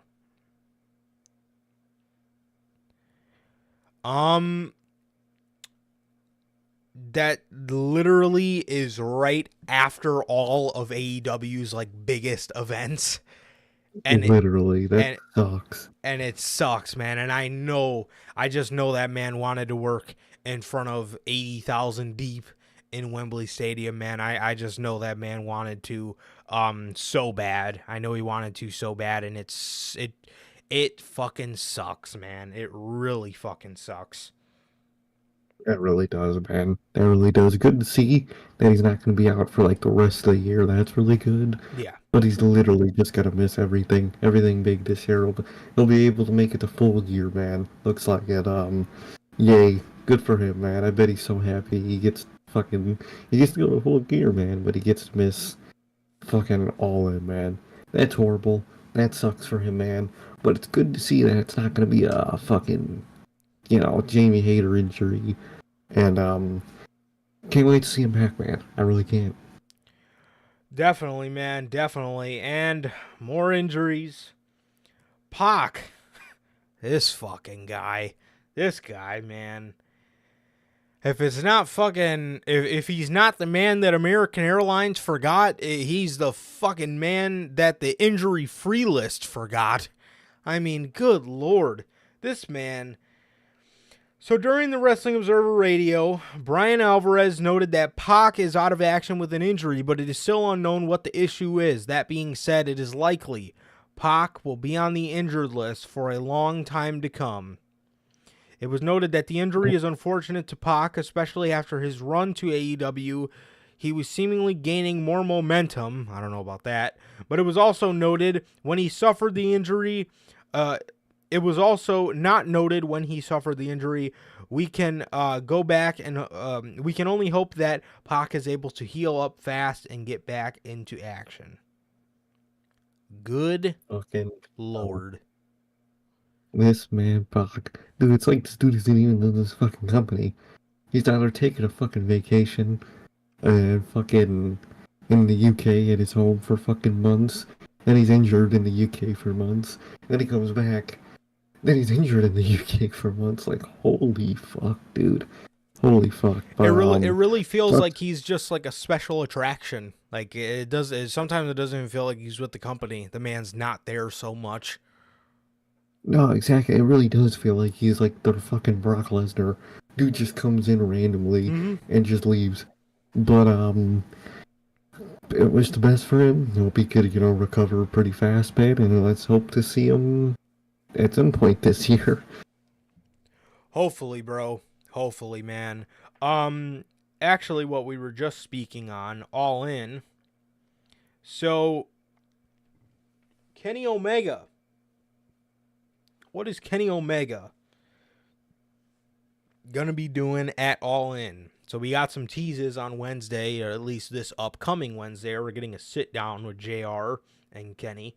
So according to the Wrestling Observer newsletter, the Kenny Omega versus Konosuke Takeshita match may end up on All Out in Chicago. A rumored match at All In was Omega, Adam Page, and Kota Ibushi versus Jay White, Juice Robinson, and Konosuke Takeshita in a 6-man tag. That's interesting. That wouldn't be so bad. We get, obviously, the Golden Lovers, and with that, we also get a little bit of Kenny and Hangman in tag team action again. The Golden Cowboys. Oh, that's sick. Hell yeah, bro. And then on the other side, we get, Kenny and Jay White revisiting a little bit of that. We get a huge dream match of AEW, for me, Hangman versus Jay White as well. And then we get, Hangman and Takeshita in the ring, Ibushi and Takeshita, Kenny and Takeshita, and then there's Juice. But other than that, that sounds fantastic. Yeah, I actually really like the sound of that, and I'm really down it because I also hear that they want to save the Kenny and Takeshita match for All Out, so I can definitely see this being the plan, man. And I think this might be the better course of action, man. I really like the sound of that because you got to get Hangman on All In. You have to. He is literally your GOAT in that company. You have to get the man at All In, and I like this a lot. 100%. Yeah, there's no way you leave him off. There's no way you leave Jay White off. Obviously, there's no way you leave Omega off. There's no way you leave. More specifically, Kenny, Hangman, and Jay White. There's no way you leave those 3 names. And if this match gets all 3 of them in, I think this could really be a standout banger of a 6-man tag match for All In, man. So, should be pretty good. Good. Yeah, man. So, jumping back over to WWE for a couple more stories.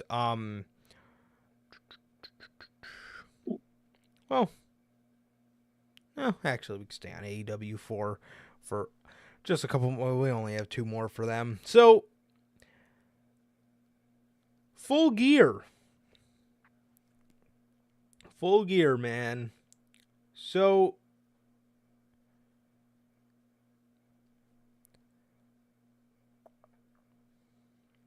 Sean Sapp reported behind Fightful's paywall that AEW Full Gear is going down in LA. They will hold the event on November 18th. They will hold the event on November 18th from the Kia Forum in LA.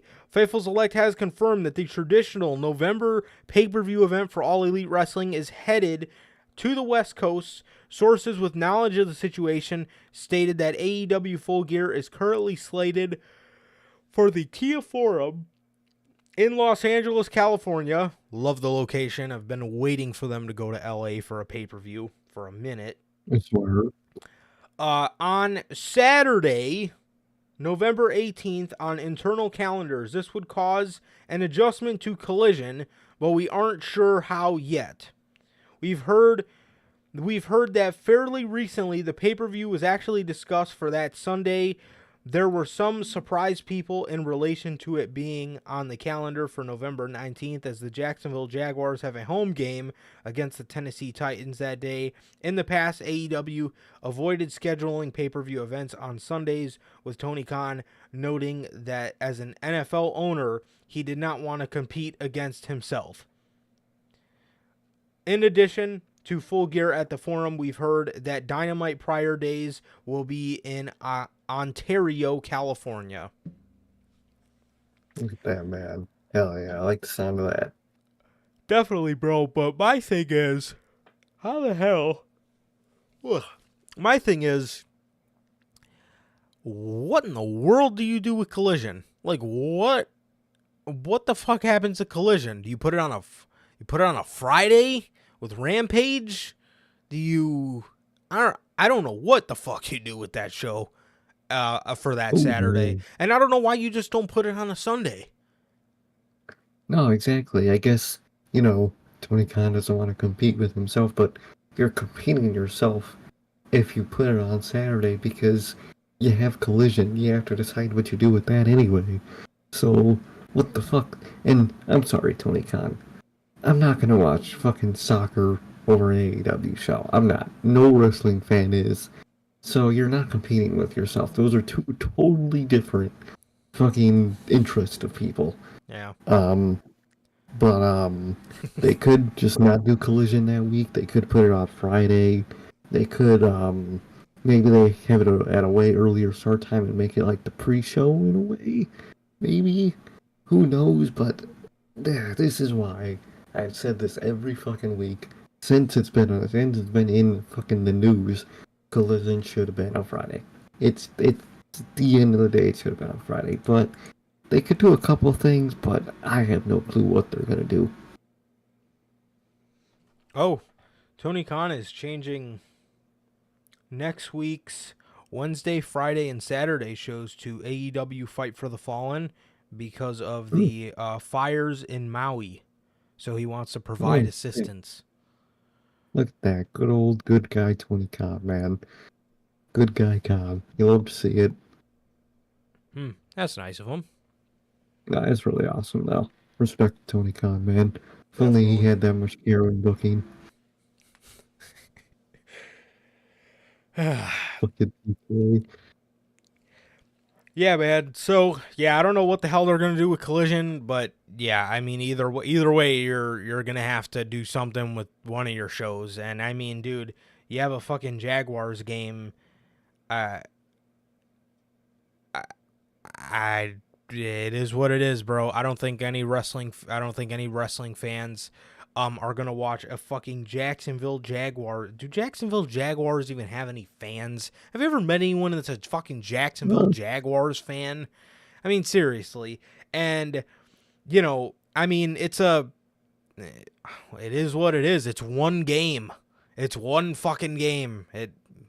Yeah. Anyway.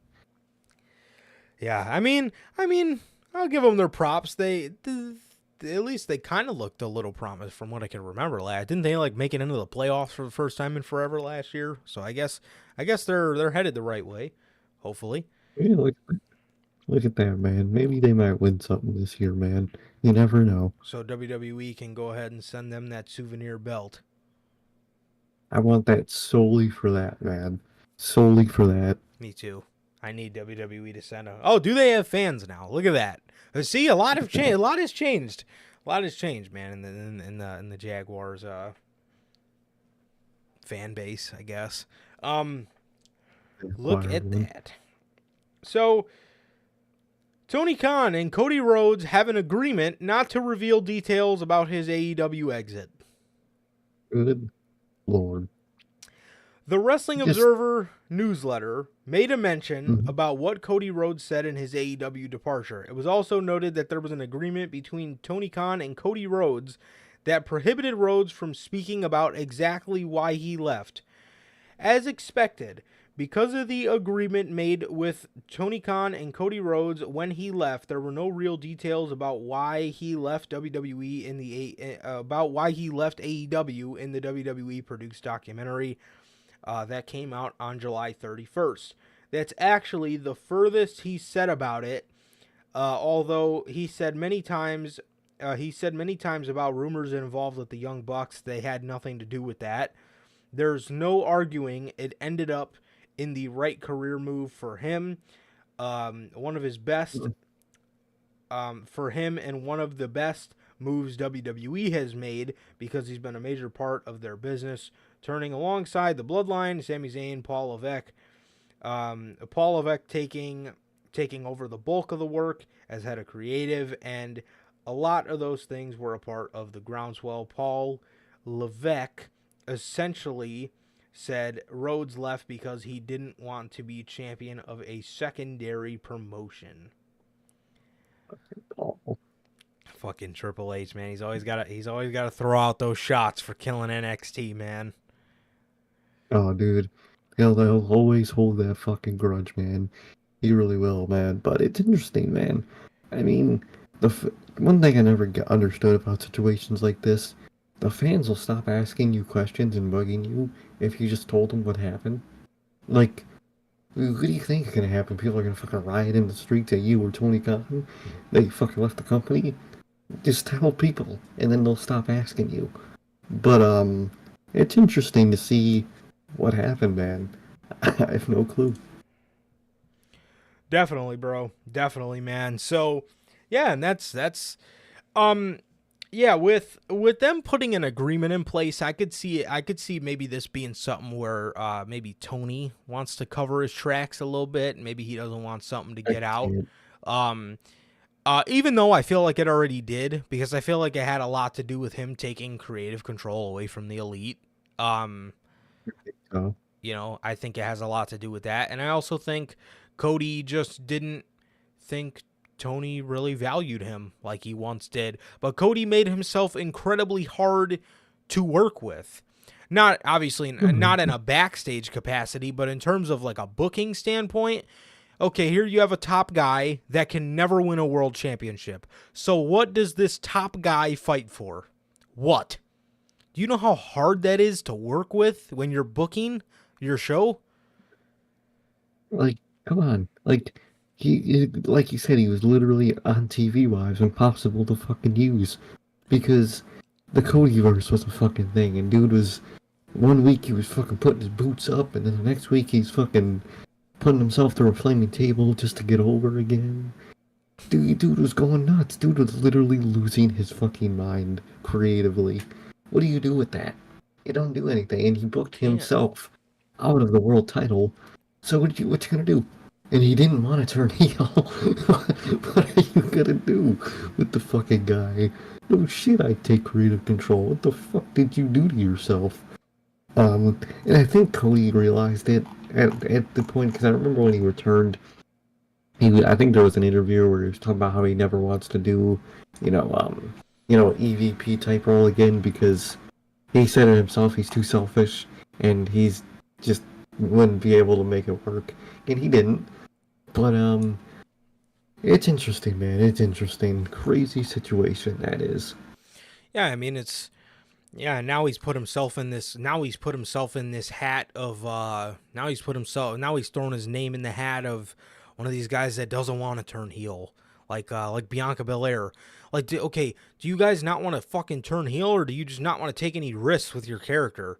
Like, dude, look at what that fucking did for Hulk Hogan. I mean, seriously, look at it. Look at what they did for that. Like, dude, why are you guys so afraid to take risks with your character? Like, Cody, the thing that Cody does have, and it's like the thing. I mean, it is correct about Cody. Like, yes, the kids love him. Like, he's very John Cena-esque. Like, you got to be an idiot not to realize that he's very John Cena-esque. He's not John Cena, but he's John Cena-esque. But I mean, dude, it especially pisses me off in Bianca Belair's case because it's like, bro, at this point, you guys just don't want. At this point, you guys just don't want to turn heel just because. Like, dude, look, take risks with your character, bro. Please. Exact people that never are willing to change up their characters or evolve are either stuck in their ways, lazy, or uncreative. And with Cody, he's stuck in his ways. Dude, you have to evolve. You have to change. You, of all people, should know that. Like, he was talking about on the media scrum how, you know, some people find their thing instantly and it took them years.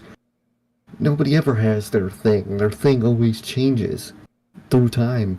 Yeah. You had your thing and it changed. You had to turn heel and you didn't. So you were able to do the thing you wanted to do for a less intelligent audience. But even eventually this audience is going to grow just as tired of you as the AEW one did. And guess what they're going to want you to do?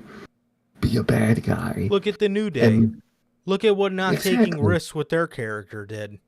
Those guys are. They're at so still. I love the New Day. I do. They're one of the great tag teams. But dude, those guys are like, I feel nothing when I see them. And that sucks because I love both of them. I love Kofi and I love Woods. But that is like, that is as stale as an act can ever get. Seriously. No, exactly, man. If you are not willing to evolve your character, you got no business doing nothing because you're going to be the same boring thing your whole career, man. And that's not the way to go, man. You got to evolve your character. If you're not willing to do that, you're not willing to be a top guy. Look at what Roman Reigns did. You know, look at the risk Exactly. he took. Look at the risk Roman Reigns took. And look at where it landed him. If you ask me, when you talk about GOATs in professional wrestling, he's up there. Like, he's definitely on a Mount, like those Mount Rushmores of like just the most popular like money makers in WWE, like some of the greatest WWE's ever seen. You know, people always mention the four names, right? The Mount Rushmore: Hogan, Rock, Austin, and Cena. Roman Reigns replaced one of them. I don't know which one, but he did, if you ask me, because he took a risk. Like, exactly, man. Exactly. Dude went from being basically what Cody thinks he is, you know, the John Cena, the good guy, the one the kids love, to literally the final boss, the bad guy, and the whole thing. And it's the best thing in this company. Cody Rhodes could easily do that himself. Cody, as a heel, is my preferred Cody Rhodes. Dude is a prick, and I love it. He is literally Homelander, and that's the perfect version of Cody to me.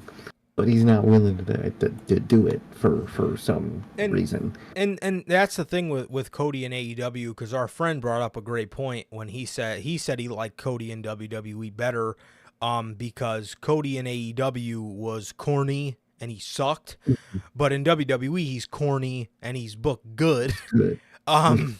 Which is true. But the thing is, if I would absolutely love to see him go back to AEW if he would just turn heel. I think it would make up for all of his corniness. Like, imagine he comes back and he celebrates with the Elite and they're on top of the world because they're all fucking back together, and he like turns on Adam Page, or like if Adam Page was like the world champ or something like that, or one of those Elite guys. That shit would be amazing. But even in WWE, you got a lot of story to tell there too with him as a heel. You do. Yeah. He can be pissed at everybody for the way they treated him, Yes. the way they treated him now, before and after his return. He has all the reasons to be a bad guy. Like, and it would be awesome, dude. Hey, Belle, how's it going? What's up, Belle? How you doing? Yeah, but I mean, literally, dude, in both companies, man, he had, like, in WWE, this man could just be fucking pissed about fucking Paul Levesque, and fucking he could be pissed about how they treated his dad and how they treated his brother and all this other, how they perceived the Rhodes name. And then in AEW, I've never seen a crowd turn on Cody like AEW. Like, that's just, we were throwing belts back at the man. So I mean, it's like he's got a lot in both. Personally, I just like his presentation more in WWE, but that's not to say I don't like him in AEW. I just think I prefer WWE better, for me, and he's got a lot of reason in both company. Now, that doesn't mean I'm gonna hate him if he goes back to AEW. No, exactly. Or if he stays in WWE. It is what it is. I also like his WWE figures better, but that's just me. You know how it is. And one thing we always bring up about Cody, although I do love him in AEW, and I think heel AEW Cody could be peak. One thing is he's a diamond in a haystack in the WWE, man. It's like fucking night and day between him and half of that roster. But for AEW, he's a diamond in a jewelry store, man. He's not as special. He's way more special as a talent in WWE because he's far leagues above a lot of their roster. That I probably would keep him in WWE if I could, just because I think he'd be able to have more opportunities there. Just because, you know, he's better than a lot of that roster, and can't say the same for AEW for me. Yeah, and Cody's very like Cody's a very he has a very sports entertainment feel. You know what I mean? Does. So like he doesn't really exude that like indie spirit. At least not anymore. I feel like he used to at one point, but I don't know what happened to it. Once he got that taste of television, that man just went full Cody-verse, immediately just right back to being a sports entertainer. So no, exactly. Shit, maybe he'll fit right into the fucking Jericho Appreciation Society, sports entertainers. He very well might. He could create his own. He could create the Cody Appreciation Society. Oh, I would love that. Oh, dude would eat that shit up, man. These are my proteges. They appreciate me. Oh no! Don't put him in a group with anything with as the word. Don't put it. God, dude, no, you can't. Fucking. Oh, Appreciate me appreciate in the Cody Society. Oh my God! Don't put him in anything with a C in it. Do not. No, it's you're an ass, man, because that man just lisps will just go crazy, man. But Cody's a crazy case, man. He can really work anywhere. It just depends on just other factors. It's really just depends on him. Yeah. How's he feeling? And at this point, I guess he's on his how Cody's feeling, man. You know, him and his feelings. But he's Mr. Good Guy, Goody Two Shoes Cody. He doesn't want to be a bad guy for some reason. And I think if that's the case, he should just stay in WWE for the rest of his life. If he just wants to be a good guy for the rest of his life. Yeah, because if he wants to be a good guy for the rest of his career, the only place that is going to have a chance of, or the only place that's going to work is WWE, because their audience is very kid friendly. So they're gonna love him. Exact. So even if it gets to a point in WWE where like the teenagers and the men hate him, the fans and the women will still love the fucking guy, just like Roman. But if he would go back to AEW, then exactly like Cena, even the fucking kids hated that motherfucker in AEW, so he would have no chance of survival of going back to that company as a babyface. Yeah, man. Yeah, definitely, bro. So, enough of that. Enough of our Cody rant. I don't even know how the Cody and Tony Khan agreement. Well, you want to hear something that's going to get your blood boiling, man? All right. The Judgment Day. You know where this is going. You know where this is going, bro. During the Wrestling Observer Radio, Dave Meltzer and Brian Alvarez went over this week's Monday Night Raw. That is when Alvarez made an observation that it appears JD McDonough is going to join Judgment Day as Damian Priest makes his way out of the faction. He says it looks like JD is going to be replacing Damian Priest in the Judgment Day when the big split goes down. I hear it. What the fuck? These garbage, dude. See, these are the kind of things that, like, they get reported, and I don't want to believe it, because if you look at it logically on television, Damian Priest stays in the group. Finn Balor becomes the prince. He becomes the fucking... Like, Finn is so frustrated. This man's character arc is like fucking Cody Rhodes in 2016. This man needs out. This man needs out of the Judgment Day, bro. Like, that is the way the storyline, like, logically, if you watch the shit on television, is going. Rhea and Dominic are clearly more in the favor of Damian Priest, and the only guy that is on Finn's side isn't even in the fucking group. It's JD McDonough. Exactly. So finally, you just pair those two together as like a mentor role-ish. When he's the prince, like, why would he choose the Judgment Day? Literally, on the pay-per-view, while Damian Priest screwed him out of the title match again, Rhea and Dom were busy just caring about each other the whole time. Why would he care about them at that point? And it makes no sense.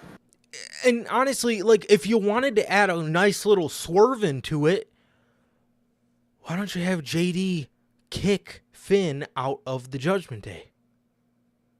Exactly, because that would solidify the heel status of not only the Judgment Day, but have Damian Priest be the mastermind of that. To be the one to convince him to turn on his mentor and join the group that they're kicking him out of. That would be awesome. I've been saying it for months, dude, but Damian Priest is not a fucking babyface. He's not a fucking babyface.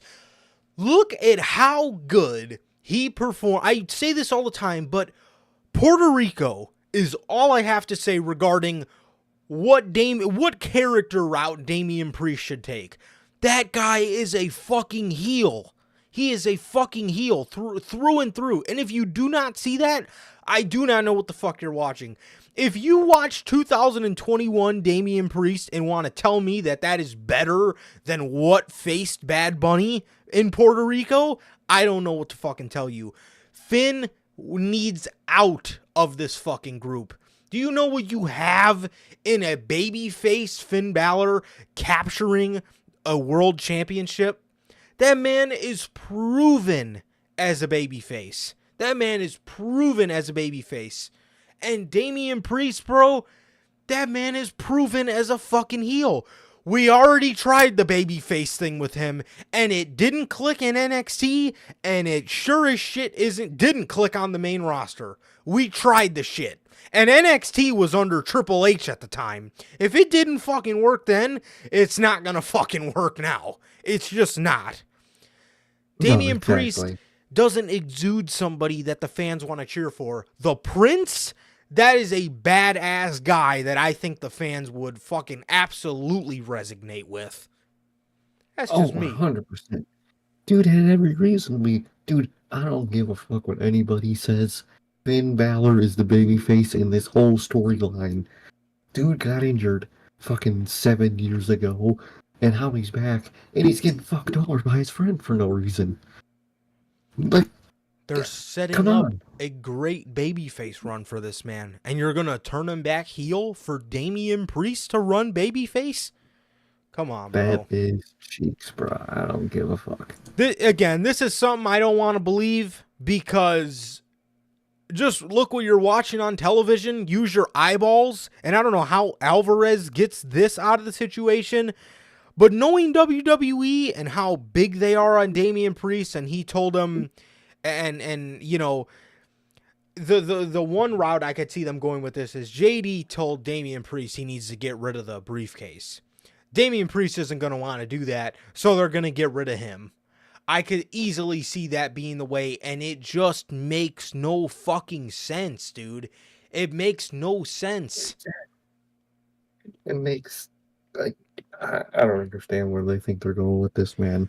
I hope Yes, it goes right, but the way it's looking, it doesn't look too, man. because Rhea, every time Finn and Damian get in an argument, Finn walks away and Rhea stays with Damian Priest. Like, clearly she's on the man's side. So that means Dominic would technically be leaning towards Priest too. How the fuck do you get a Finn? How do you get Finn Balor kicking Damian Priest out of this? How do you get that? How do you get that outcome out of this situation? How? It makes no sense. And I've been saying this shit since fucking Money in the Bank happened. But I could easily. That is the WWE way to go. Oh, well, he's not going to get rid of the briefcase, so we're going to get rid of him out of the Judgment Day, and off you go with a fucking horrible move, if you ask me. Exactly, man. Exactly. It's a horrible move, and I hope they go in a different direction, man. I hope they go in the right direction. I don't know, man. So that's the rumors with the Judgment Day. Hopefully those are not true, because clearly somebody is writing the story like shit if you get a Damian Priest babyface run out of this situation. Bray Wyatt, man. So Sean Sapp of Fightful reported yesterday that Bray Wyatt's illness was explained to them as not only career-threatening, but life-threatening as well. Also from Fightful, Bray Wyatt is already cleared to wrestle, and creative ideas for his return have come up. Well, that's good. That last part's very good to see, man. Definitely, man. Definitely. I absolutely hate hearing about anything being life-threatening for anybody, let alone somebody on my Mount Rushmore. I love Bray Wyatt. And it's horrible. It is horrible to see. It is horrible to see. And it's horrible to hear that man, went through anything like that. And what did I say, bro? Just like that Keith Lee situation, nobody knows about this shit until afterwards, man. And it truly sucks. But I'm glad that he's better and he's cleared, and I hope we can get him back as soon as possible, and I hope we can get him back in the right storyline and off to the right trajectory in his career, because it was not looking good before he left. But I hope we can pick up on the right track when he comes back. And shit, I mean, if you want to go back to doing the cult leader, do that, or if you want to just give us what we got right after he came back, before the Firefly Funhouse and fucking Bo Dallas dressed up in a costume. If you want to give us that, grounded Bray Wyatt, but grounded, peaceful, but conflicted Bray Wyatt, shit was nice, and it could have went somewhere. So you got that to do as well. Please, no Fiend. The Fiend is done. Done. Yeah, exactly. Please let it rest, man. Let that character rest. And let the man do something grounded, because I think that's not only what the fans want, but he wants to, man. But it's good to hear that he's cleared to come back and that they're, starting the plans. Hope everything went well, man. Hearing that type of stuff is the worst thing to hear. But can't wait to see him back soon, man. I hope everything's all right, man. Definitely, bro. Definitely, man. So, with that, for our final two stories, these concern the bloodline, as there is internal concern over WWE waiting for Jimmy Uso versus Jey Uso match until WrestleMania.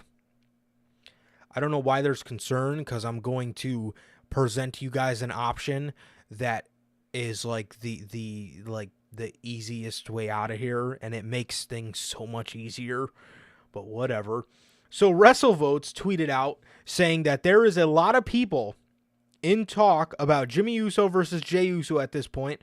There is also concern that they might not be able to wait until WrestleMania to hold that match. No. Hearing that at least one creative force backstage wants to wait for WrestleMania to do the Uso brother versus Uso brother match. However, it is unlikely at this point, I'm told. I'm feeling that 35 weeks is too long of a stretch. No shit. Fucking 30, 35 weeks? Yep. Dude, we'll be on episode fucking unscripted like 204 by then. No shit. Yeah. It'll be 34 weeks? Mm-hmm. Fucking dude, that's hilarious. So, first things first, like this isn't my big point I wanted to make, but first things first. If you thought it was going to be that long, why didn't you have Jimmy come back, try to help Jey win, have him lose, and then build tension between those two going into next year? My second option, and it's the most, I know they want to wait for the first brother versus brother match, but you just can't do that. Trilogy. No. Have it be the end. Exactly. Do Why not have a trilogy?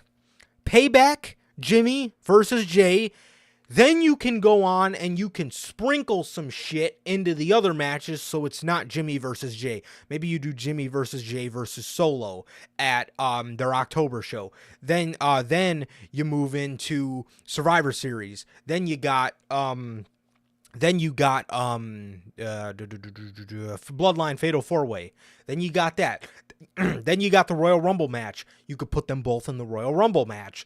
Build the tension there. Then you got your Elimination Chamber show. I don't know. Maybe you can run an injury angle or do something on that show, or have the match supposed to happen, but have Jimmy, attack Jey in his entrance, something. Then you do your final trilogy match at WrestleMania, and WrestleMania is where we see those two fight. I would assume Jey wins, and then they hug it out afterwards, or either that, or they don't hug it out, and you do the whole summer building those two up as, wanting to get back together, and then at SummerSlam, you have them do the whole Ambrallins thing, where you have them win the tag team titles, and through the SummerSlam build, they get back together. Boom, 30 fucking seconds, just mapped out your next fucking 60 weeks of television, or whatever, not 40 something weeks through past Mania till SummerSlam. Boom, in 30 fucking seconds. Exactly, man. Exactly. No shit, you can't wait. You can't fucking wait till Mania to do the first brother versus brother match. Gonna have to do it pretty soon, man. So, like you said, do the trilogy, sprinkle shit in between it. I would love a Bloodline Fatal 4-Way. I would love the brother triple threat. They have a lot they can do still, in my opinion. And they should do it, man. But I think Mania being the final brother versus brother match is probably the best course of action. And I'm down to see how it goes, man. I like the sound of it. And I hope they do it right, man. I hope they do, and I feel like they will, man. I feel like they will. Yeah. Or another option, you don't do it at Payback. You tell the story of Jey not wanting to fight his brother. You tell that story. Fastlane, we get to Fastlane, then you could do the first Jimmy versus Jey. Survivor Series, we get the Fatal 4-Way. Royal Rumble, you put Jimmy and Jey in the Royal Rumble, and then Elimination Chamber, we get the brother triple threat, and then WrestleMania, we get Jimmy versus Jey at WrestleMania 1-on-1. That's another way you could do it. And then, like I said, the whole summer you could tell the story of them getting back together. There's a lot more we got left to tell here, and I really hate that people just gave up on it just because Jimmy versus Jey. Like, dude, what'd you guys fucking think was gonna happen, bro? Like, honestly, once they gave it away on that Friday of Solo and Jey, once they gave us that match, it was all but obvious that the deciding factor at SummerSlam was going to be Jimmy. I don't know how people didn't see Exactly. that coming, but whatever. No, exactly. But I guess no one thought that was gonna happen for some reason. But like, come on, man, come on. It was obvious, and this is the obvious course of action, and I think they're going the right way, man. And I'm excited to see how this goes, man. I am too. Like Paul Heyman said, I'm very excited to see what they have in the 4th. Exactly, man. Exactly. Just don't ask them about what's next, man. They'll get pissed. Yeah, don't ask them, but you know. And our final story for today. This one hurts, bro. This will literally. WWE staying tight-lipped about Roman Reigns' injury. Roman Reigns was hurt in that SummerSlam match. A lot of questions immediately fired all over social media immediately fired all over social media after the news broke. Reigns is still a top name in WWE. Obviously. Who the fuck? Shit. And Why wouldn't he? and Fuck. and he brings a ton of attention to every step of the Bloodline saga. Sean Sapp reported behind Fightful's paywall to confirm that Roman Reigns was hurt during his SummerSlam match. That being said, the company is being very tight-lipped about things. Tuesday morning, Wrestling Observer reported that Roman Reigns got hurt early in the match with Jey Uso at SummerSlam. Fightful Select has Fightful Select has since confirmed the news. However, he is still planned for WWE SmackDown this Friday after SummerSlam. Word came out that Reigns was not advertised for any WWE TV episodes over the next few months. However, we did confirm that Reigns was planned for this episode's Friday on SmackDown. As of now, there aren't plans for him to miss any internally scheduled appearances, but that could always change. WWE has not responded to our official inquiries about regarding Roman Reigns, but we've heard the same that Wrestling Observer did hear about early on. There were those who likely would be in the know in a creative capacity for SmackDown who hadn't even heard about the injury until word emerged Tuesday. Exactly. Well, Definitely. first things first, it's very good. He's not set to miss any schedule appearances. He's just going on as planned. I heard rumors that it was something regarding his hip or his back, and I did hear that it happened in that the tope spot. You could hear Jey Uso as he was about to run out of the ring. You could hear him say, "Watch out, Joe." And you could see Roman whisper something to him. So a lot of people are pinpointing that down to the spot where Roman got hurt. But he's not planned to miss anything. And hey, if we need to give him 3 months off television, when they said at WrestleMania 38 that Reigns' shoulder popped in, I feel that's probably a big part of the reason why he was off the whole summer, was because they needed him to go for SummerSlam. And he was fine by then, but, it doesn't look like he's going to be missing anything. So hopefully it's not too serious. And it doesn't seem like it. It doesn't seem like it, man.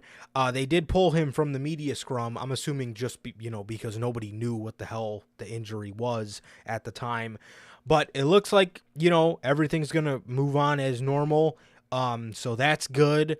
But, yeah, man, this is bad news, but it looks to be on the upward trajectory, man. So, it looks like nothing's too wrong, but it sucks that he got hurt in the match to begin with. But yeah, as JT says, he only wrestles on pay-per-views anyway. So the next time we'll probably see him is at Survivor Series. Wrestling on a pay-per-view is at Survivor Series. So yeah. Exactly. It's not that big of a deal anyway, man. He's Roman. He's not Orange Cassidy. He's not going to be in pointless matches every week. He wrestles when it matters. And they're going to make it matter up until SummerSlam, Survivors. Dude, one thing I hate about the time between SummerSlam and Survivor Series, I will always call Survivor Series SummerSlam at first. Always. Always. And it pissed me off. It really does. I swear to God, man. But yeah, man. I mean, it sucks that he's injured, and I wish him the best. But no need to strip him. I don't think they No. will. I think that would be illogical.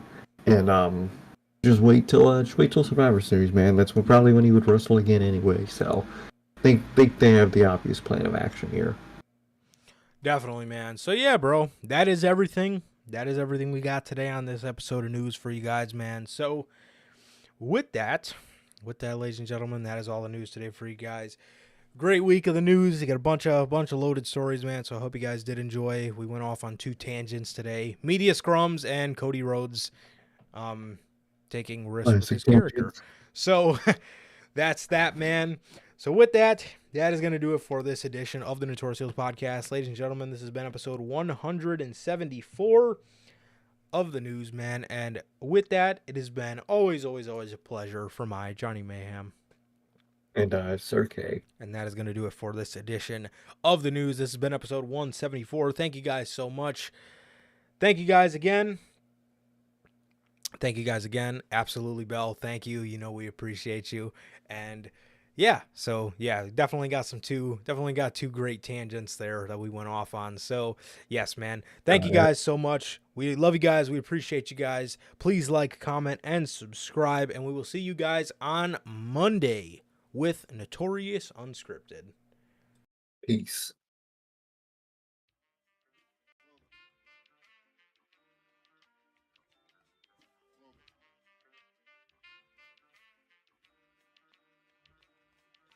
I used to get deals on the bitch. Now I throw shields on the dick to stop me from that HIV shit.